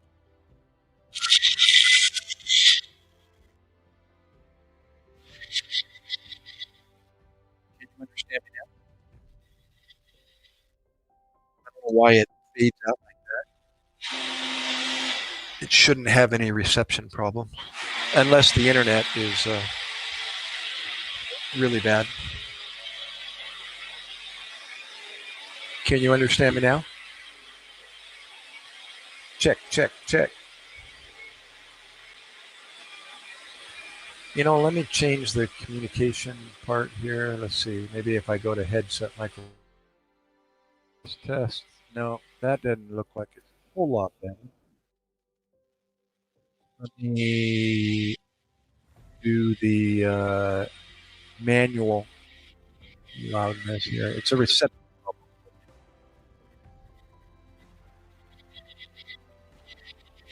Okay.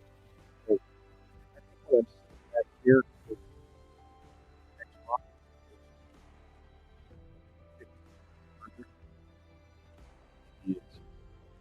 My smoothie just got done. Oh,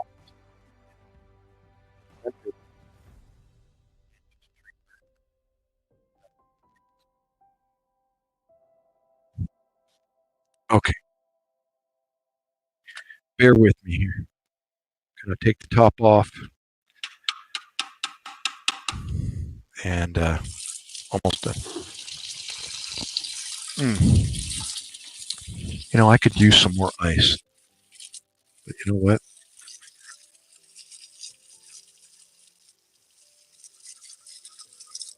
Gosh, that's awfully good. Put a little bit more ice here.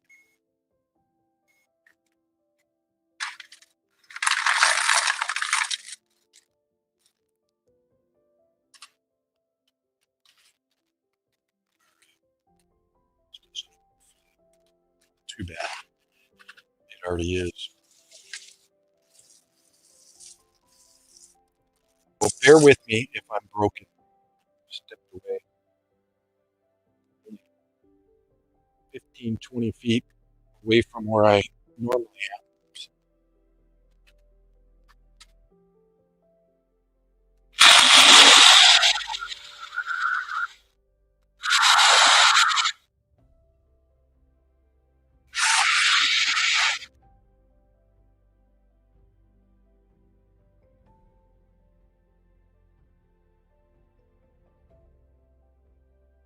All right, I'm back.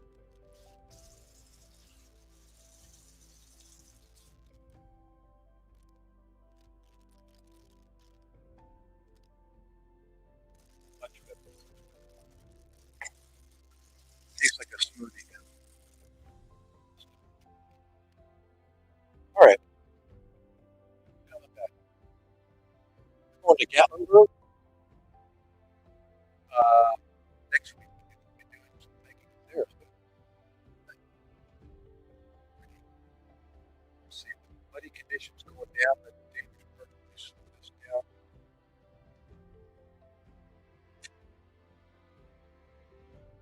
Well, good. Wow. So it was uphill. It was up the mountain trail over the mountains and through the woods.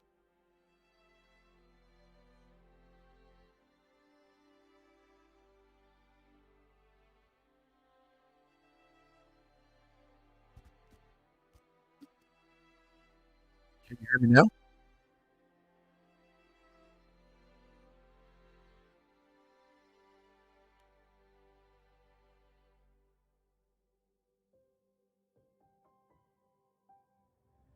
Test, test, test, testing.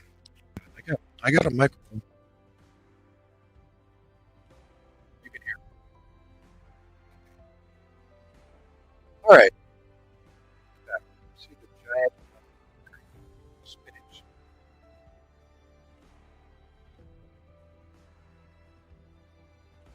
Thank you, Joey.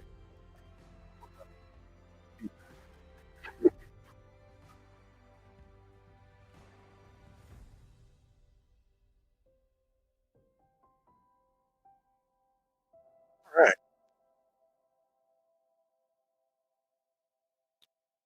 What went away again?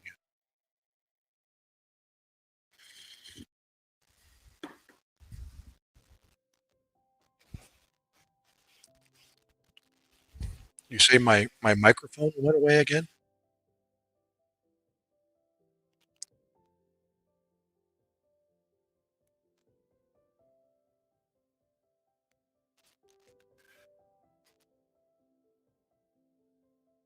Okay, now it's back. I think it's internet. It's a reception. Unfortunately, I don't know why reception would be bad. My my router is like right there, right next to the Xbox, and my family never has any reception problems. And my computer in the basement has got one of those signal booster things.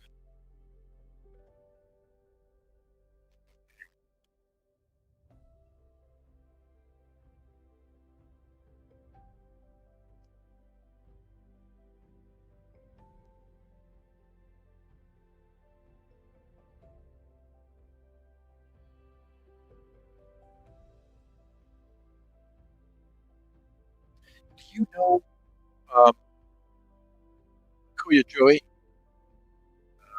Miss Affectionate Butterfly.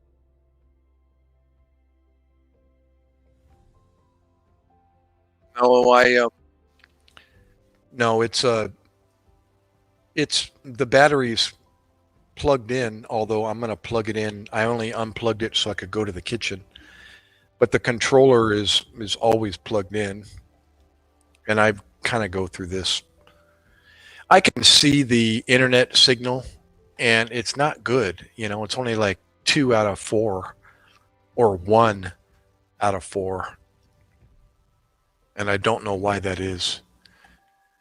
When the Xbox has a what do you call it, hard line directly to the router. What's that yellow cable called again? The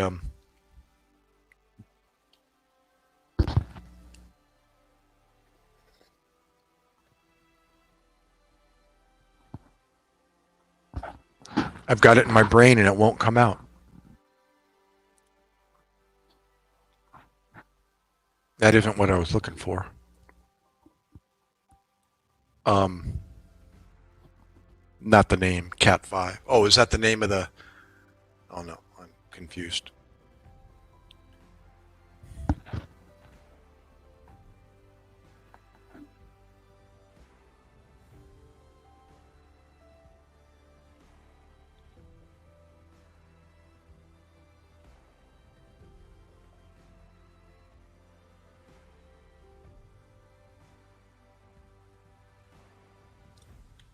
Anyways, um, Ethernet.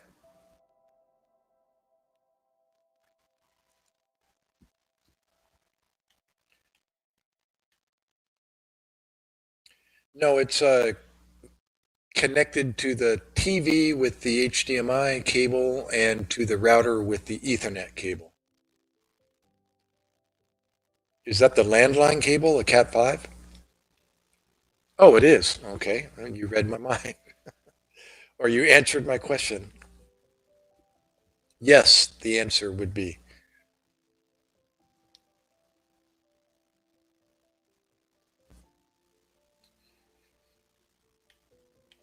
Yeah, the audio visual cable is HDMI, and the signal is the Ethernet, right? The Cat 5. Yeah, I think she is supports me, and she'll be on. You know, she'll leave, but she'll keep her Ninja on to help support my watch hours.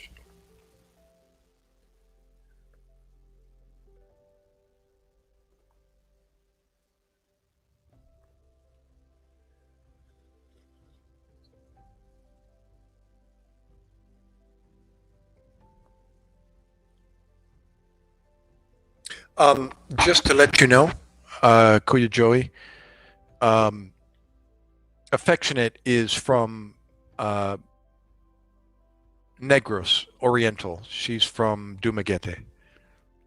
So she speaks Bisaya also. She's living in uh, um, um, um, um, oh my gosh, the province right outside of Manila, next to it, the Rizal.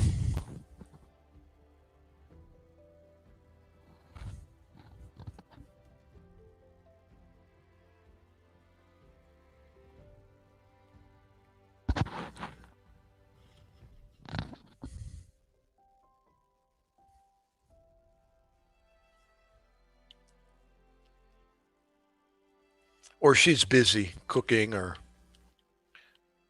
wherever she is.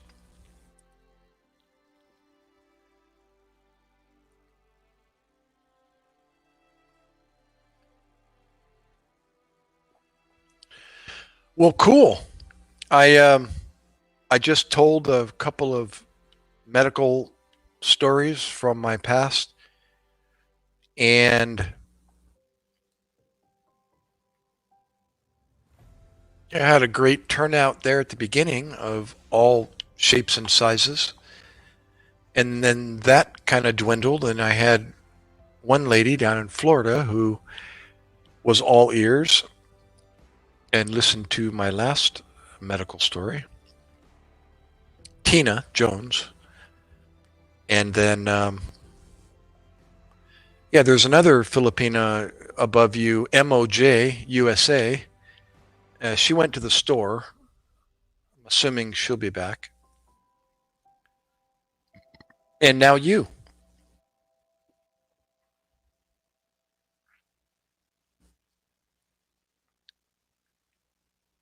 No problem, Joey. Thank you for popping in and saying hello. Yeah, update me if you see me in the near future about your hiking experiences and your stories. That's always fun to talk about. I've got my share of. Maybe I'll share it. Speaking of my share of, I'll share it with you sometime.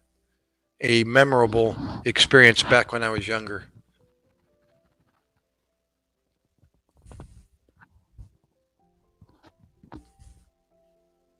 Oh, good. Is she better now?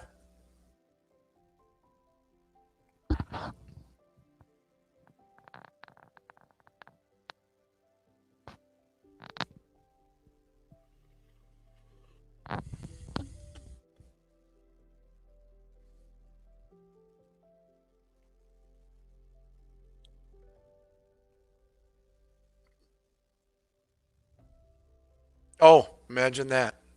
I don't mean that with any pun, but yeah, that's the most common. Uh, Not so much in older women, although those that are not ambulatory and bedridden suffer from UTIs. You know, the elderly that aren't able to get around anymore. But usually in the younger female age group, UTIs are like number one. So yeah, that'll and thank God we're not females. But even my sisters, I grew up with two sisters, and that was like the most common thing that they suffered from growing up were UTIs. Not uncommon in women.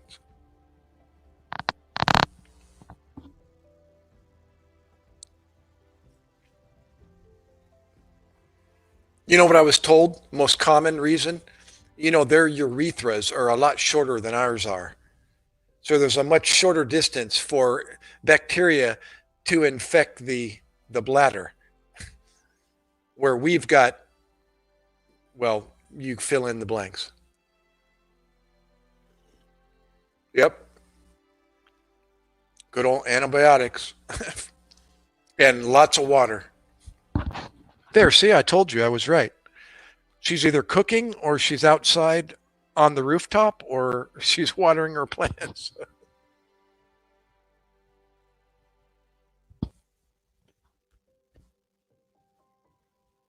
Well, I'm glad she's better. I'm sure that's a relief. I can't relate, but well, actually, in a small way, I've had my share of what were probably UTIs, but I never got treated for them, and they went away on their own. But not a good feeling.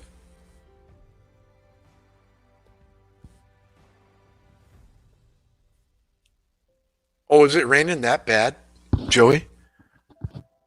That's not good if it's gonna flood your and kill your, especially your lettuces.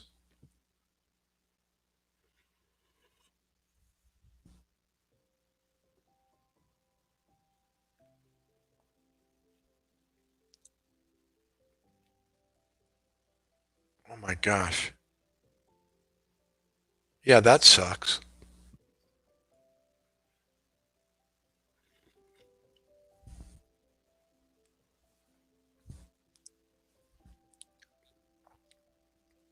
It's like the hard fruits, the squashes, the beans, the potatoes, cucumbers, you know, the melons, they can handle the oh my gosh. They're all ripening at the same time? Well, you know, I was telling my wife we didn't have that problem. We didn't have that many tomatoes, but if you ever had a gazillion tomatoes, you would have to plant them and space them so that they're not all getting ripe at the same time.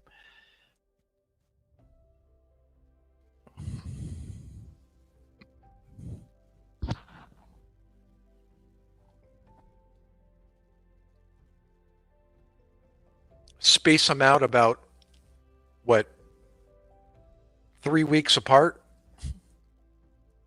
plant them, a group, and then 3 weeks later another group, and then 3 weeks later another group.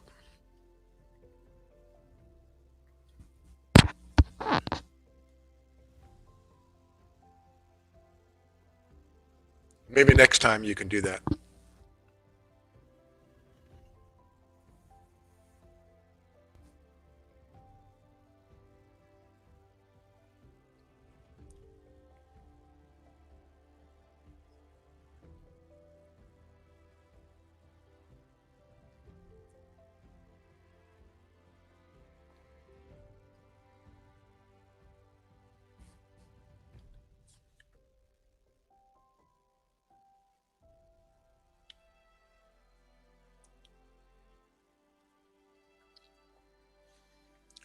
Did Kuya Joey show you his garden? Affectionate? He's got quite the harvest, or quite the garden.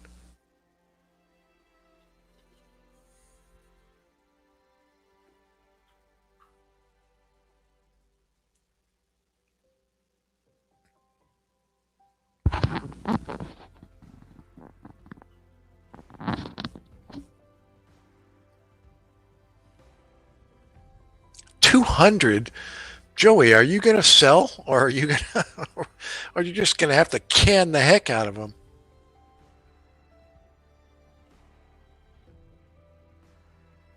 Oh, it is. Stone Fox, you're back.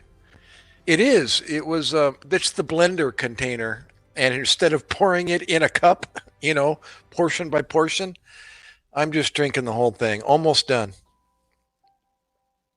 And I don't know why I'm able to finish this much, but man, it is a large portion. It's spinach, a whole orange, half a banana, 1 scoop of vanilla protein powder, a quarter cup of water, and lots of ice.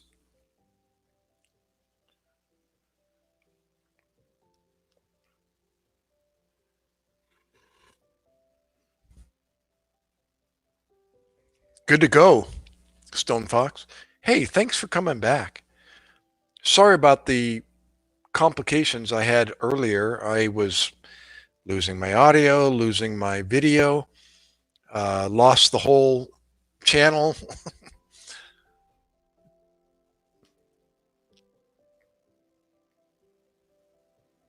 I got vanilla. It's a protein powder. I got both chocolate and vanilla, two different shakes. But for now, just this is what it called for. And I've just been copying the ingredients. And this is I've tried asparagus actually, and that made it green. That was just as good as spinach, but I didn't have any spinach, so I just grabbed whatever green I could find in the refrigerator, and I used asparagus, and that was good. Kale. Yeah, we didn't have any. You know what we do with kale?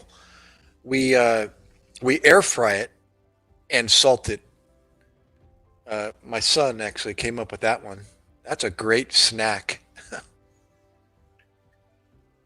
Air fried kale.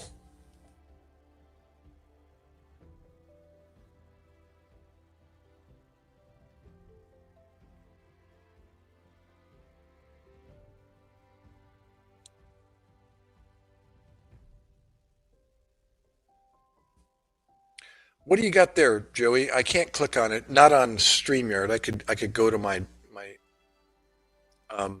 yeah, kale chips.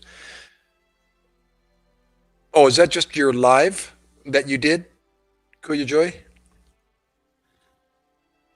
Hmm. Stone Fox, you're not a moderator, so you probably can't click on that link that Kuya Joy just dropped. But I'm gonna go to my. If I had a phone, it'd be so much easier. I'm not on a laptop, so. Oh, that's the update of the garden.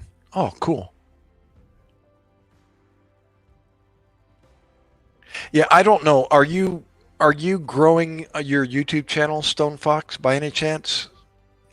If so, I can make you a moderator, and you guys can click on each other's channels, and share subscribers.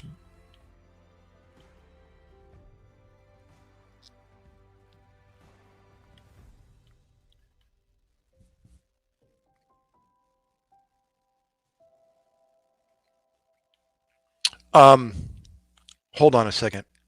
I'm going to disappear just for a second. If I lose my audio, I'll be right back. I'm going to click over on my YouTube channel, and because it's an Xbox, not a laptop, um,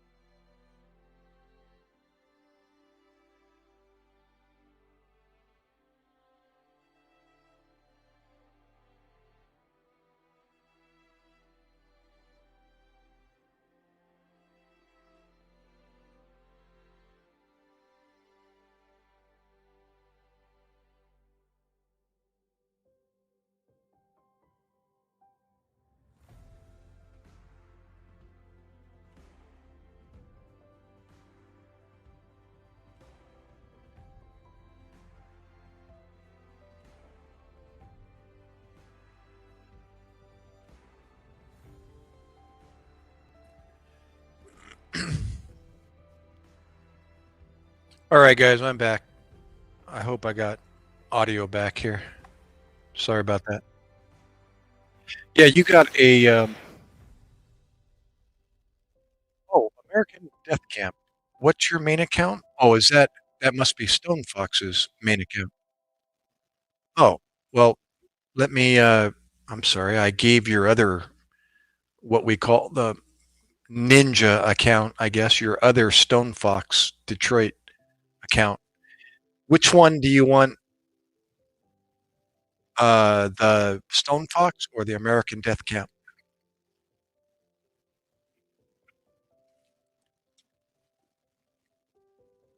You want your main account uh, as a moderator? What the heck? That's weird. I just lost my camera. This thing's having a hard time staying connected. Test, test. Yep, I got a mic. Good to go.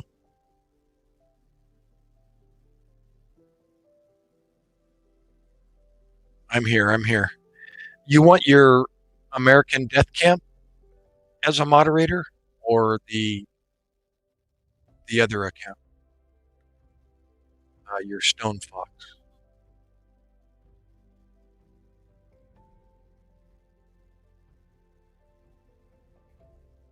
You rather have your main account? I don't know if you're familiar, um, but what brought me to this live stream community over 3 years ago was because my wife is Filipino and from the Philippines, and I learned that this might be old news for you, but I learned that you can, if you're interested in growing your YouTube channel, if you want to increase your subscriber base relatively quickly at the beginning, you can get into live streams, and the Filipino community uses live streaming primarily for those first time YouTubers that are trying to grow their YouTube channel.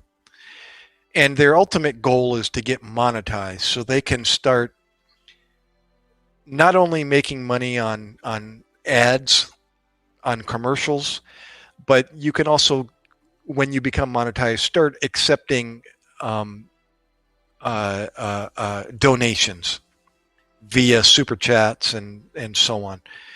When you're monetized, you can do that. So therefore, they go into these live streams such as mine, and if you're trying to grow your YouTube channel, and they make them a moderator, and in doing so, their name becomes blue, highlighted blue.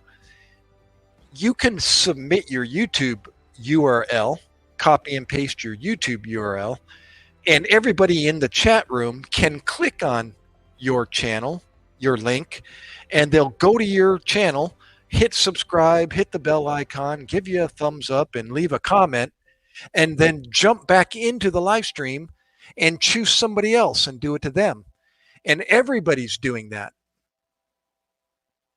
So if you get 20 people in your room, they're all clicking on each other's channels. And when they get done, they come back into the live stream and they click on somebody else. And then they keep repeating. And then when you're done, I mean, when there's not, if there's nobody else in the room that you haven't visited yet, and vice versa, they haven't visited yet, you can go to somebody else's live stream and repeat it there.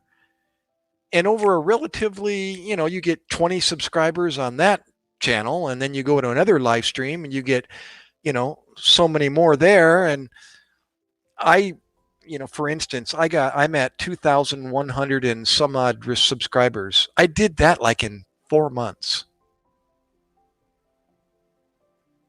It was just exponential. Now, am I monetized yet? No, I'm not. You need watch hours to be monetized. You need people to watch your content. You need 3,000 and 4,000 watch hours, 3,000 hours or 4,000 hours worth of watch time. That's usually harder than getting subscribers.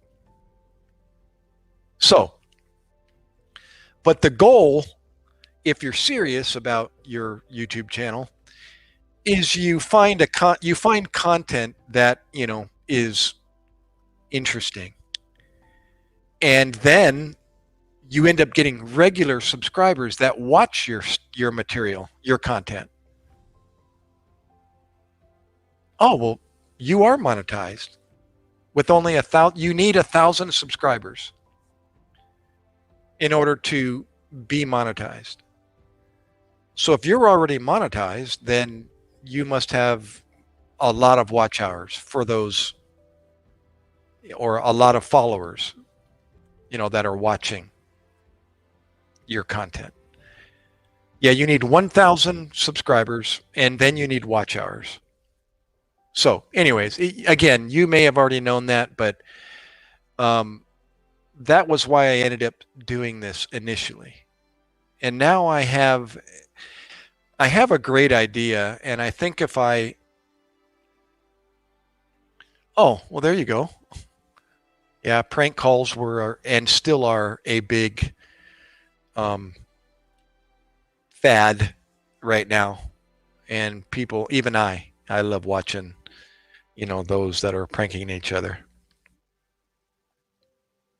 Yeah, my idea is I think golden. All right, Kuijoy. Later, bro. Thank you again for coming in and chatting. I'll see you next time.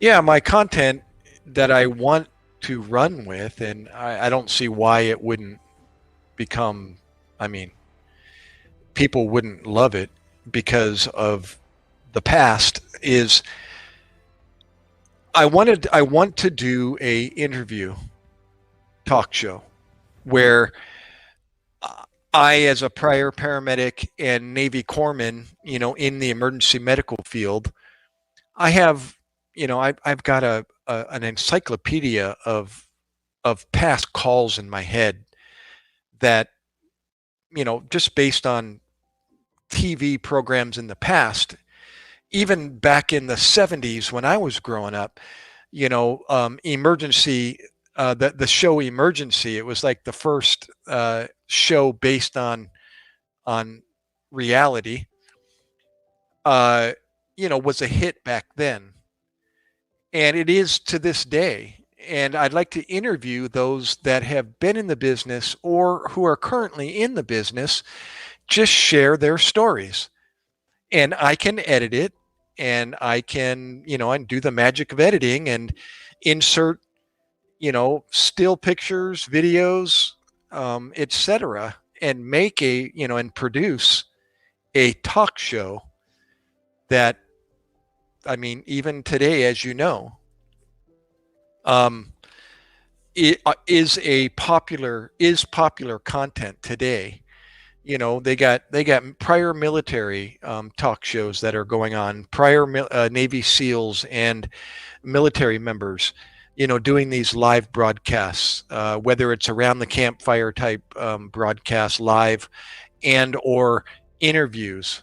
Sean Ryan has a great successful interview, program. And, why not emergency medicine? Yeah, Sean Ryan. Look at how popular his has become, and he's talking about mostly military, but he's got a broader subject matter now. But and I've got, it's like I just need somebody else to come on board, I guess, and help me so that I can get more done. Um, and brainstorm ideas with me so I can get it done, instead of struggling through it all by myself. Yeah, Jocko and all the rest of them.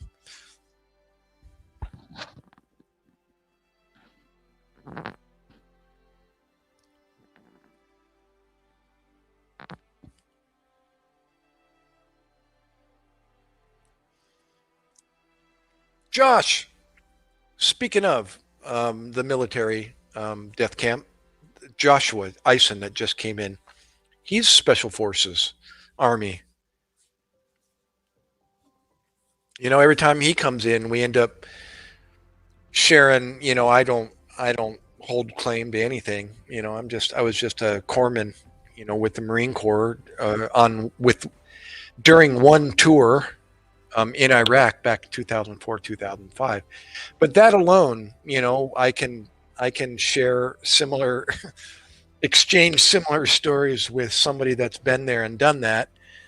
And we're on the same. Next thing you know, we're on the same page talking about something so trivial but yet so memorable, over in Iraq, that the average layperson, wouldn't have any idea what it was like unless you had been there.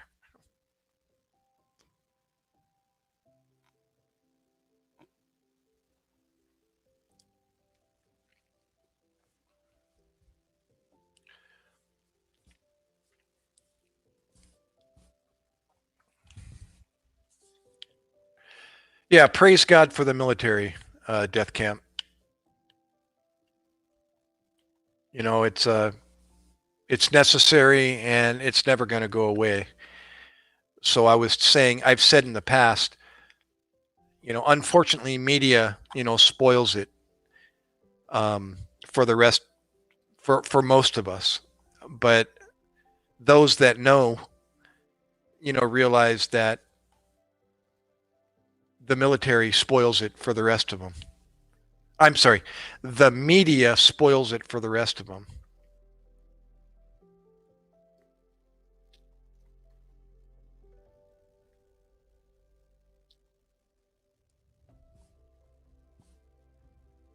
Oh, I was saying, you know, even simply Josh and I sharing stories, you know, and if anybody was a somebody, it was Josh, you know, because Special Forces, you know, already has a um, what's the word behind it, you know, because of media, the way media has, you know, but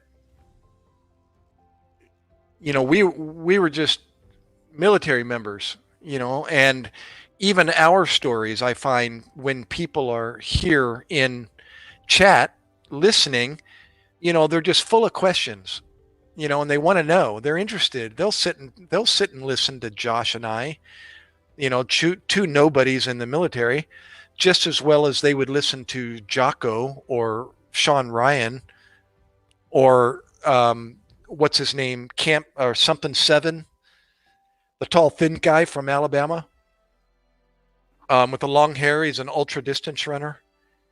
Um, he's got the number seven in his channel name. God, I've given him credit or posted his link in one of my videos. I mentioned it in the subtitles. Um, anyways, you know they'll listen to anybody talking about. I specifically want to talk about emergency medicine, whether it was in the civilian world or the military. It's the same. People are people. But yeah, people will, you know, sit and listen to those stories. You said you've actually been trying to enlist for a while. It's a long story, but it's been really difficult. I have a big family and military. But wow. Well, if I may, you have until you're 42 years old, by the way. So, yeah, you know, Josh has got so many stories.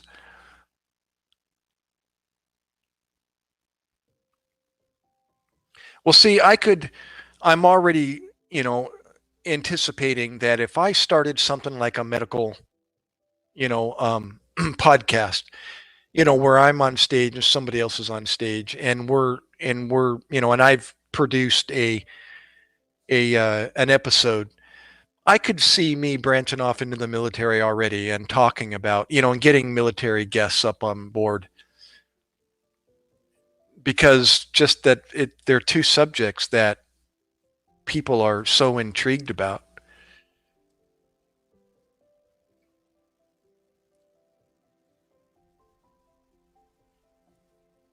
Not too many people are in the medical field and not too many people are in the military. So most people are people that haven't experienced it. And so they're curious, you know, oh, tell me about what's it like? You know, tell me about a call that what was the favorite, what was the most dangerous, what was the most memorable? You know, they're just full of questions.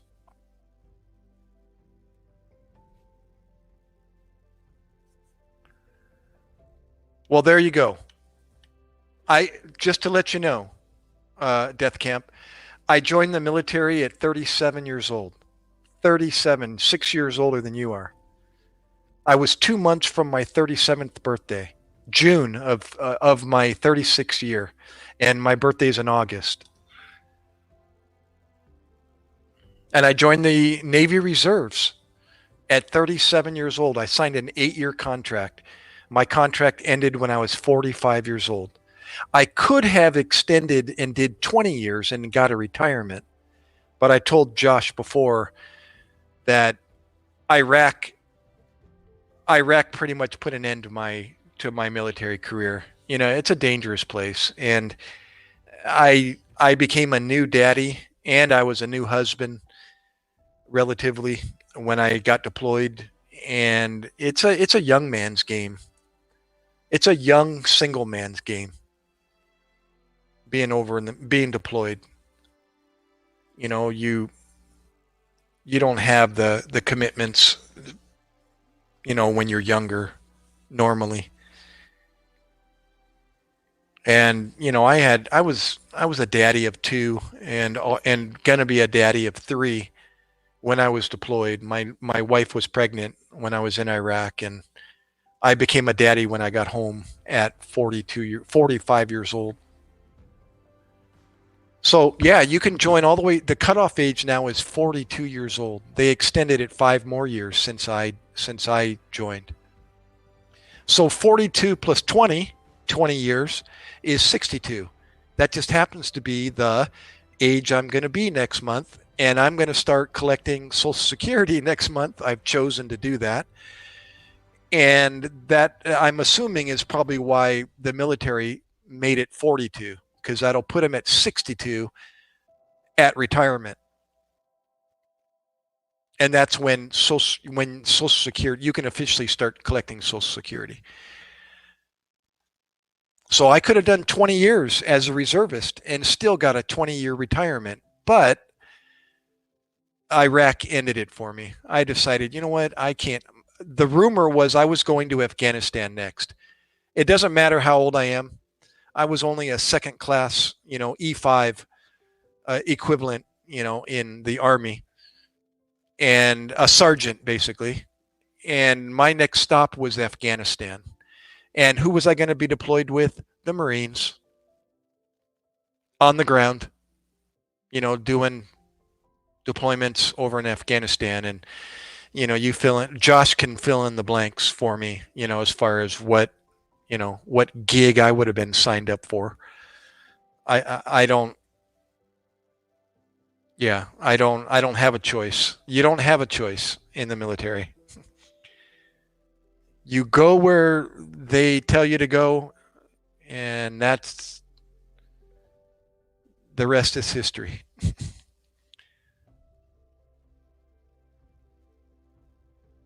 The S's, trying to remember. You're a girl, right? S's, S's. I think I remember. Yeah, the S's are the names of your siblings. Isn't that right? Your family?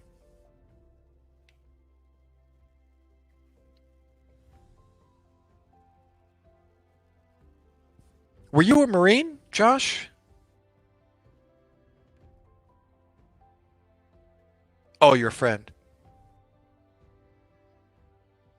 Wait, I thought you were. Oh, you were Marine. I thought you were Army, bro. You just told me. What was it? You said it was the other guy. There was another guy in here. I thought I thought you were Army Special Forces.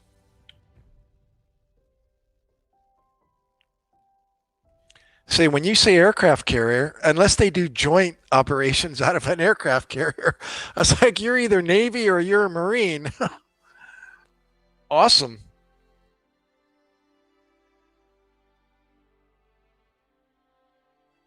Really? I thought you were Army, Josh. Oh, you're Army. Yeah, Special Forces. Well, they deploy out of aircraft carriers? I didn't know they worked with the Navy. Shows how how up to speed I am.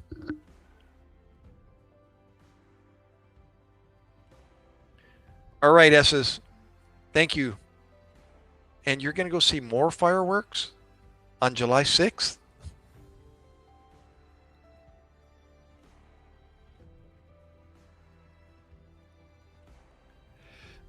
Actually, that doesn't surprise me because of the joint um, operation that they started. You know, when I first started, when I first joined in 1999, soon thereafter, early 2000s, gotcha. Um, bases started being joint bases, where before, they had that, well, they still do, that friendly rivalry, between the branches. But you wouldn't see, somebody in the Army showing up at, an Army helicopter showing up at a Navy um, air station. Well, now it's regular. I mean, it's common, and that actually, if I'm not mistaken, that started when I joined. I joined in 1999, and right around that time, 99 2000, is actually the the base I was based at, Oxnard Naval Air Station. When I started checking in, and I was actually checking in on space available flights. I started learning about that. So I thought, oh, I wonder if I could take advantage of that, and fly for free when I want to go somewhere. If I want to fly to San Diego, could I fly space available from Oxnard down to San Diego? If they had space available. And the answer was yes, if I could arrange it. But then I started seeing guys walking in the enlisted um,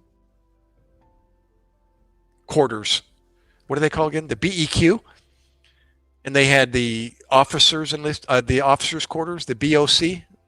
Uh, yeah, the BEQ anyways, it was the berthing, on the base for enlisted and officers. Well, I started seeing Army guys coming in, and I was like, why is there an Army guy at a Navy base?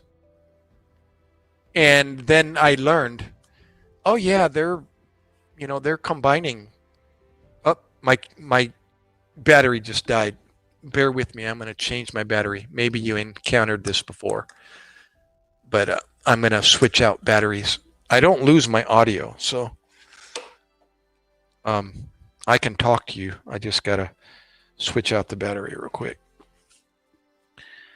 Yeah, so anyways, so it doesn't surprise me that an Army would be launching out of the back of an aircraft carrier.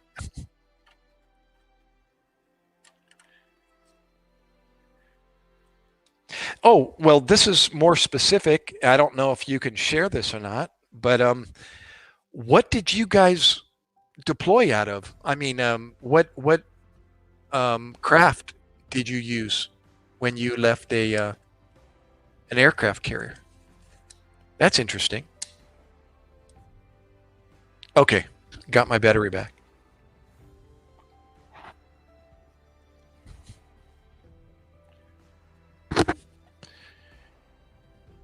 Yeah, that's interesting. What did you guys use?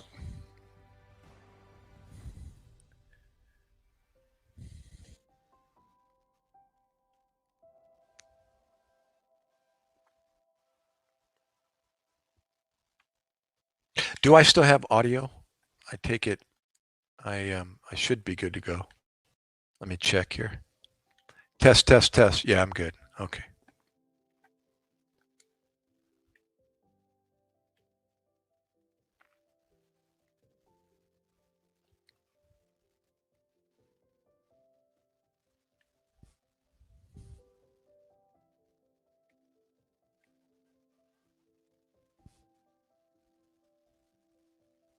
Now that now wait a minute.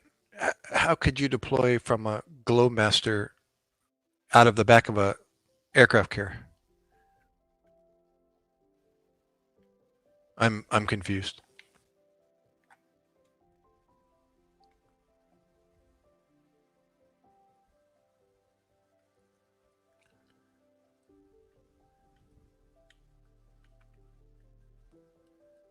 Oh, see, I thought that was already touched up. Don't mind me. I'm talking to myself here for a second.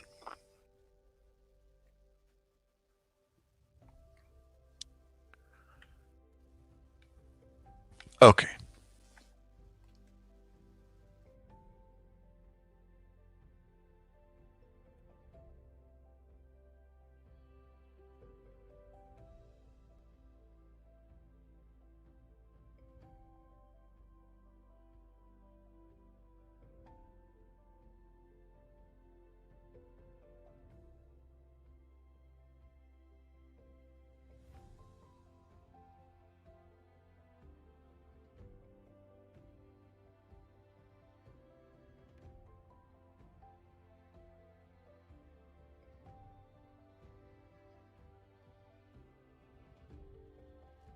Okay, I'm back. Sorry about that.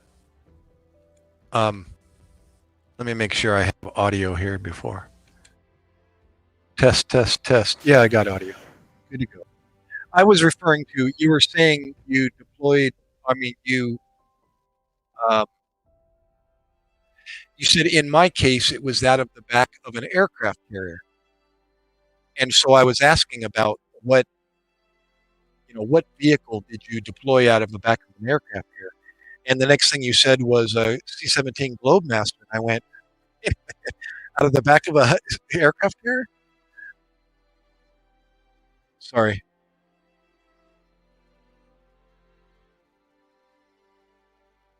And out of the back of an aircraft carrier, was that during deployment or was that training or both?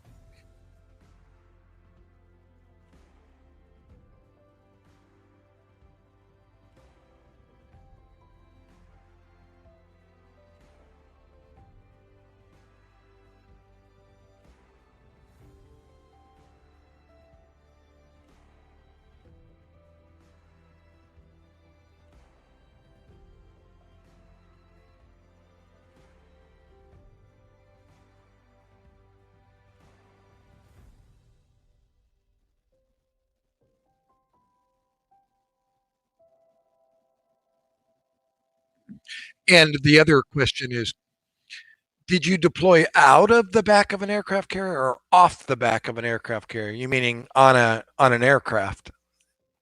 I guess is what I would also need to clarify.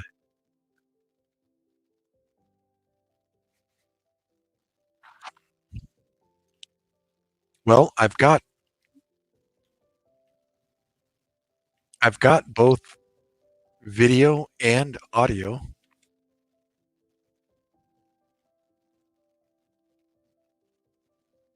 My audio is working. Test, test, test. Yep, I've got audio.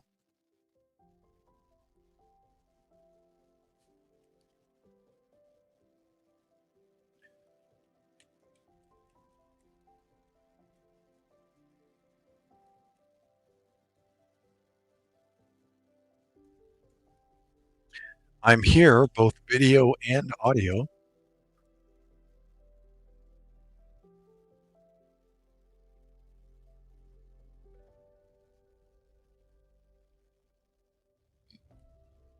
Excuse me.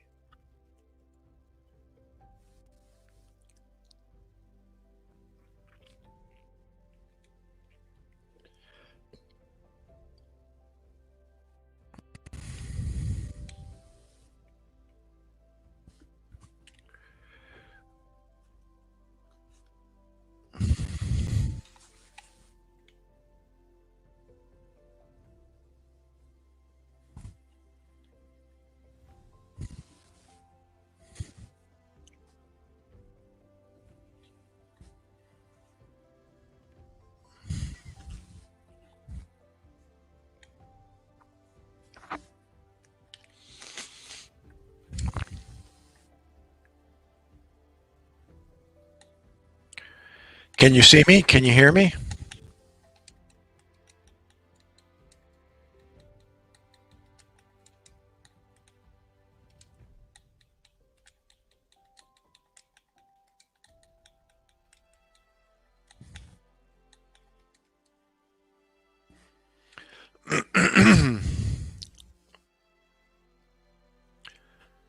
Anybody out there?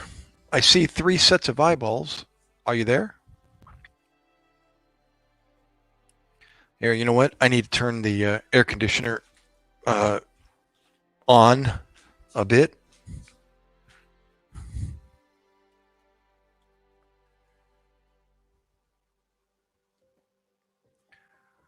I don't know why the temperature went up to 76.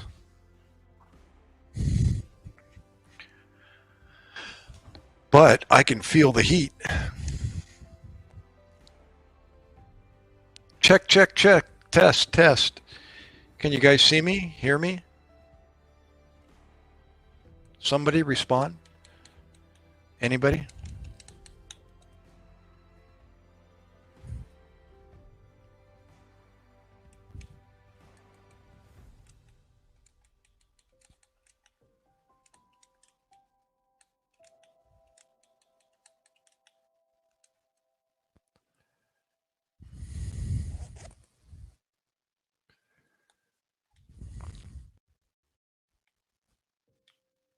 Well, you know what? I can reload one more time.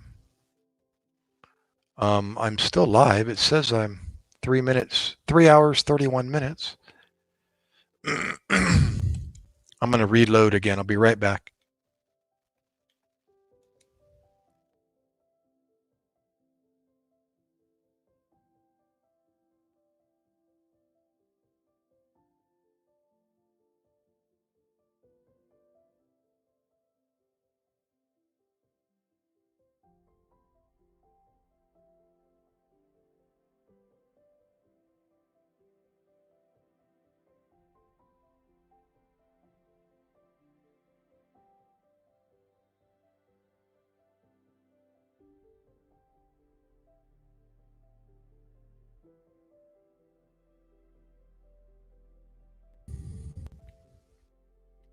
All right, guys, I'm back. Can anybody hear me? See me? Hello, hello? Check, check, check. Yep, I can see my audio is working. Anybody there?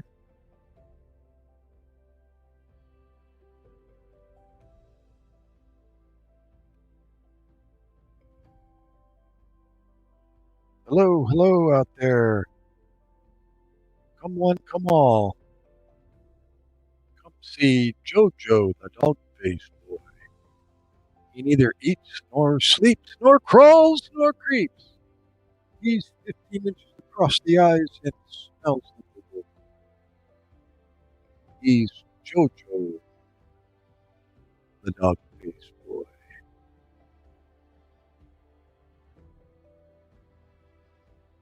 Hello, hello. I see one set of eyeballs. Is it you? Is it you? Come in, come in. There's two. Come on back, guys. I'm having technical difficulties. There it is, Yusuf. Opinion on Germany. It's a country. What's happening in Germany? Sorry. Oh no, my screen just went blank. What in the world just happened? My whole screen went blank. I'm sorry. I hear the audio is still working. There it is. Opinion on Germany. What kind of an opinion are you looking for, Yusuf? Um, is there something going on that I don't know about in Germany? Oh no. Stop cam. And I have no camera. I don't know why. Well, my camera just stopped working. Is my audio working? Yeah, my audio is working. Sorry, I don't know what kind of an opinion you're looking for, Yusuf. Sorry. I'm uh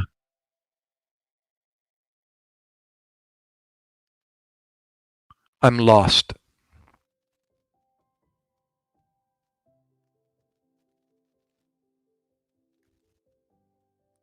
Yeah, I all of a sudden lost my my my camera, um, and it's all plugged in still. I just don't know what the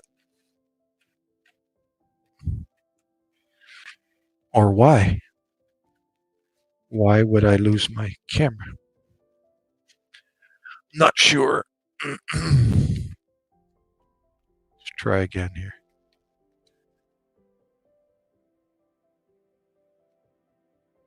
Oh, there it goes. Back. So, Yusuf, are you still there? Clarify, clarify for me, young man, what kind of an opinion are you looking for on what particular subject?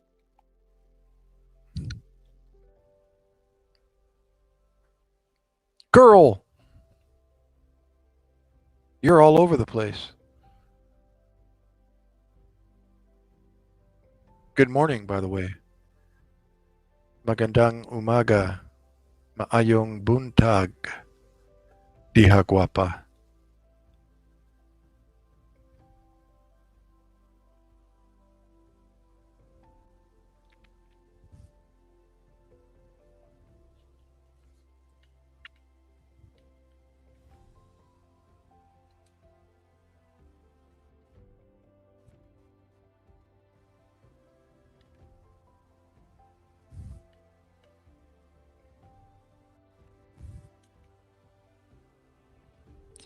My music sounds like it's going crazy. Test, test. Looks like you see over here. Wait, wait. See right over here? I've got a microphone symbol. You see that? Look, test, test.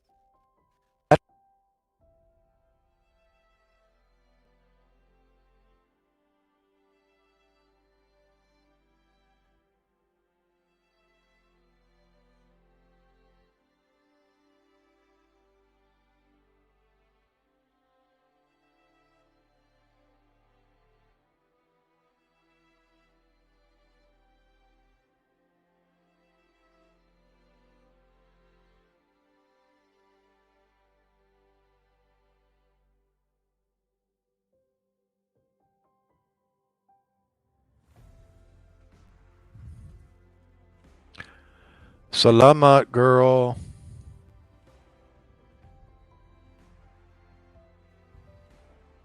Okay, try again. The ongoing Xbox dilemma. I don't know why my signal is so poor.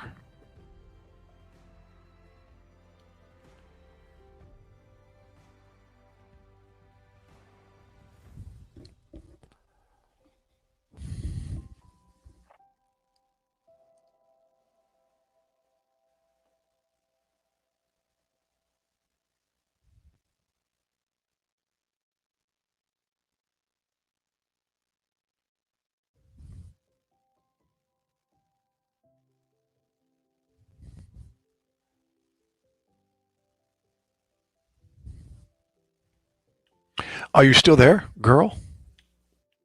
Can you see me? Can you hear me? Test, test. Yep, I got microphone. A nice mic.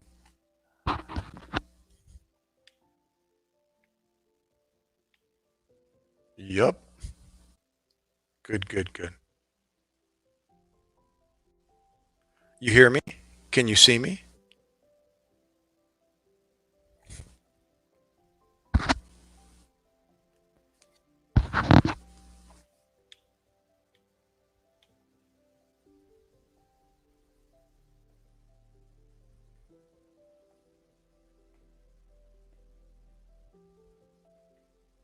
Yes, you see me.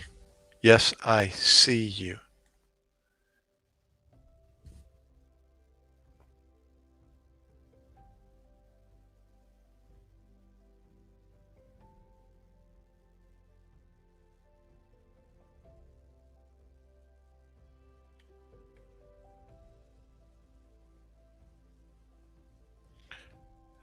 Oh!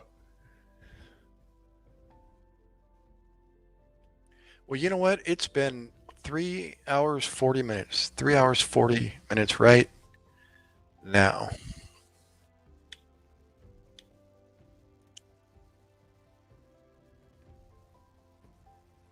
Zaire. What's up, Brown? Zaire. Zaire Brown. You're not from Zaire, are you?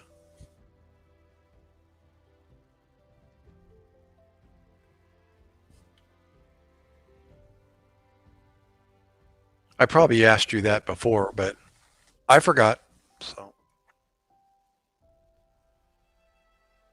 Josh, can't really see you, but having difficulty seeing or hearing you may be on my end. I'm CH47 Chinook. Oh, okay. Oh, you're in Georgia. The state of Georgia or the country, Georgia?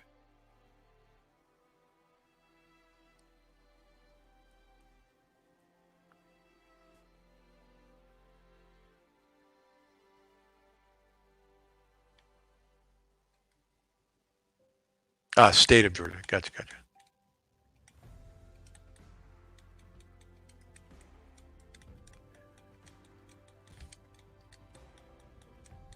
You can see and hear me okay, Zaire? Just checking.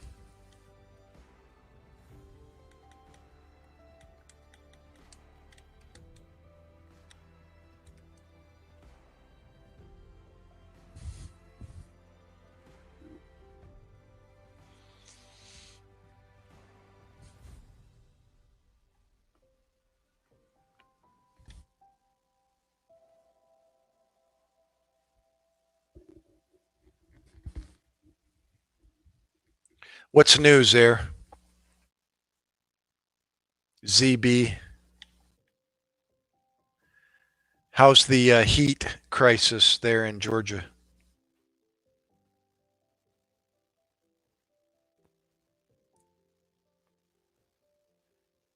Thank you, girl. Oh, okay.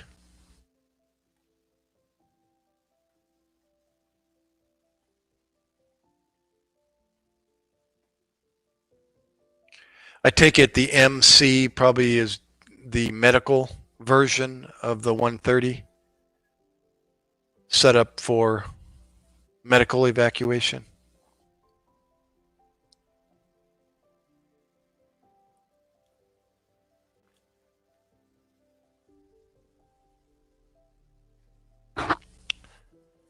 Actually, I think I got a chance to fly on an MC 130. Um, I I was doing my reserve uh, weekend one Saturday, Sunday, early on in my 8 years, and we're constantly trying to um, stay busy. The population on the base during a reserve weekend probably wasn't the population, of a regular active duty weekend and or during the week. So we didn't have a whole lot of visitors during the day, and we had a lot of downtime, which is medicine. Period. If you're nobody's sick or injured, then there's nothing else for us to do. But anyways, one of the an officer or whoever, our chief or whatever, whoever it was, arranged something, what do you call it, like a peripheral something to do for us that weekend, and we were able to fly to just do a quick couple of times around in a medical equipped C-130. I believe that's what it was, and they had all the stretchers hung, and it was just a first time aboard and seeing one of those. It was Army, and they I believe it was, and they just give us a tour, and they had mock-up patients on board, um, and we're going through the motions to, as part of their readiness.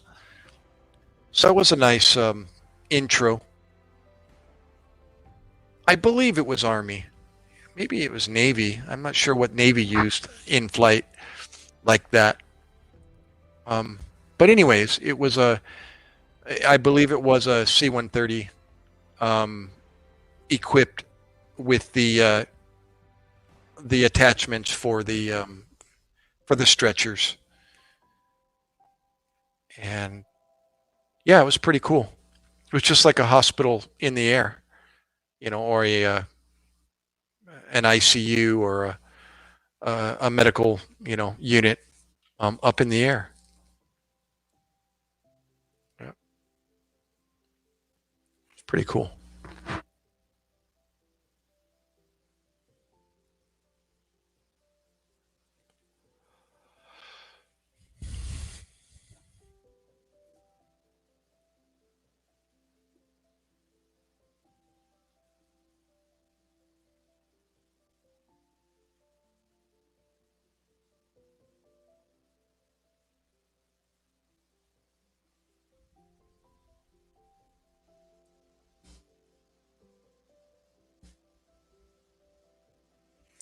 Well, hey guys, you know what? I'm going to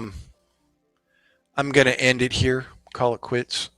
Um, my wife and son will be home. I'm not sure when they're going to be getting home, but I would imagine they're going to be home within the hour. So I'm going to head out as you were. Thanks, Josh. If you can hear me still, thank you, girl.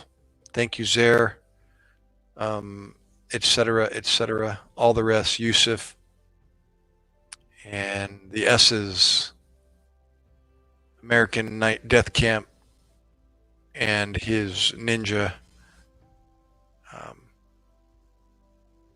Kuya Joey, etc., etc.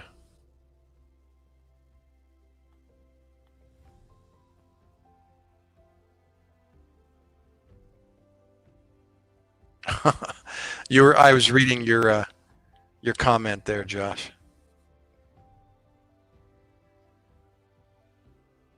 Yeah, God, that sounded like just being over in Iraq. I couldn't control the outcome.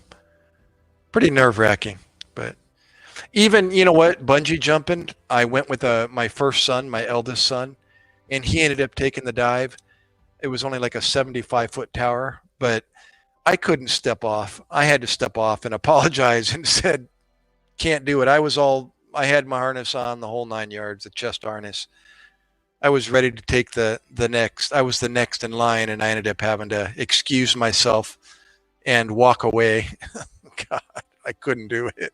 And here I am in rock climbing for 30 plus years, and I just couldn't. I don't know.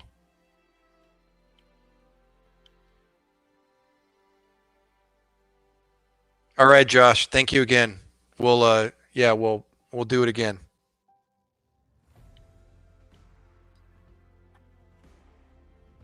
Bye, affectionate. Bye, girl in the mirror.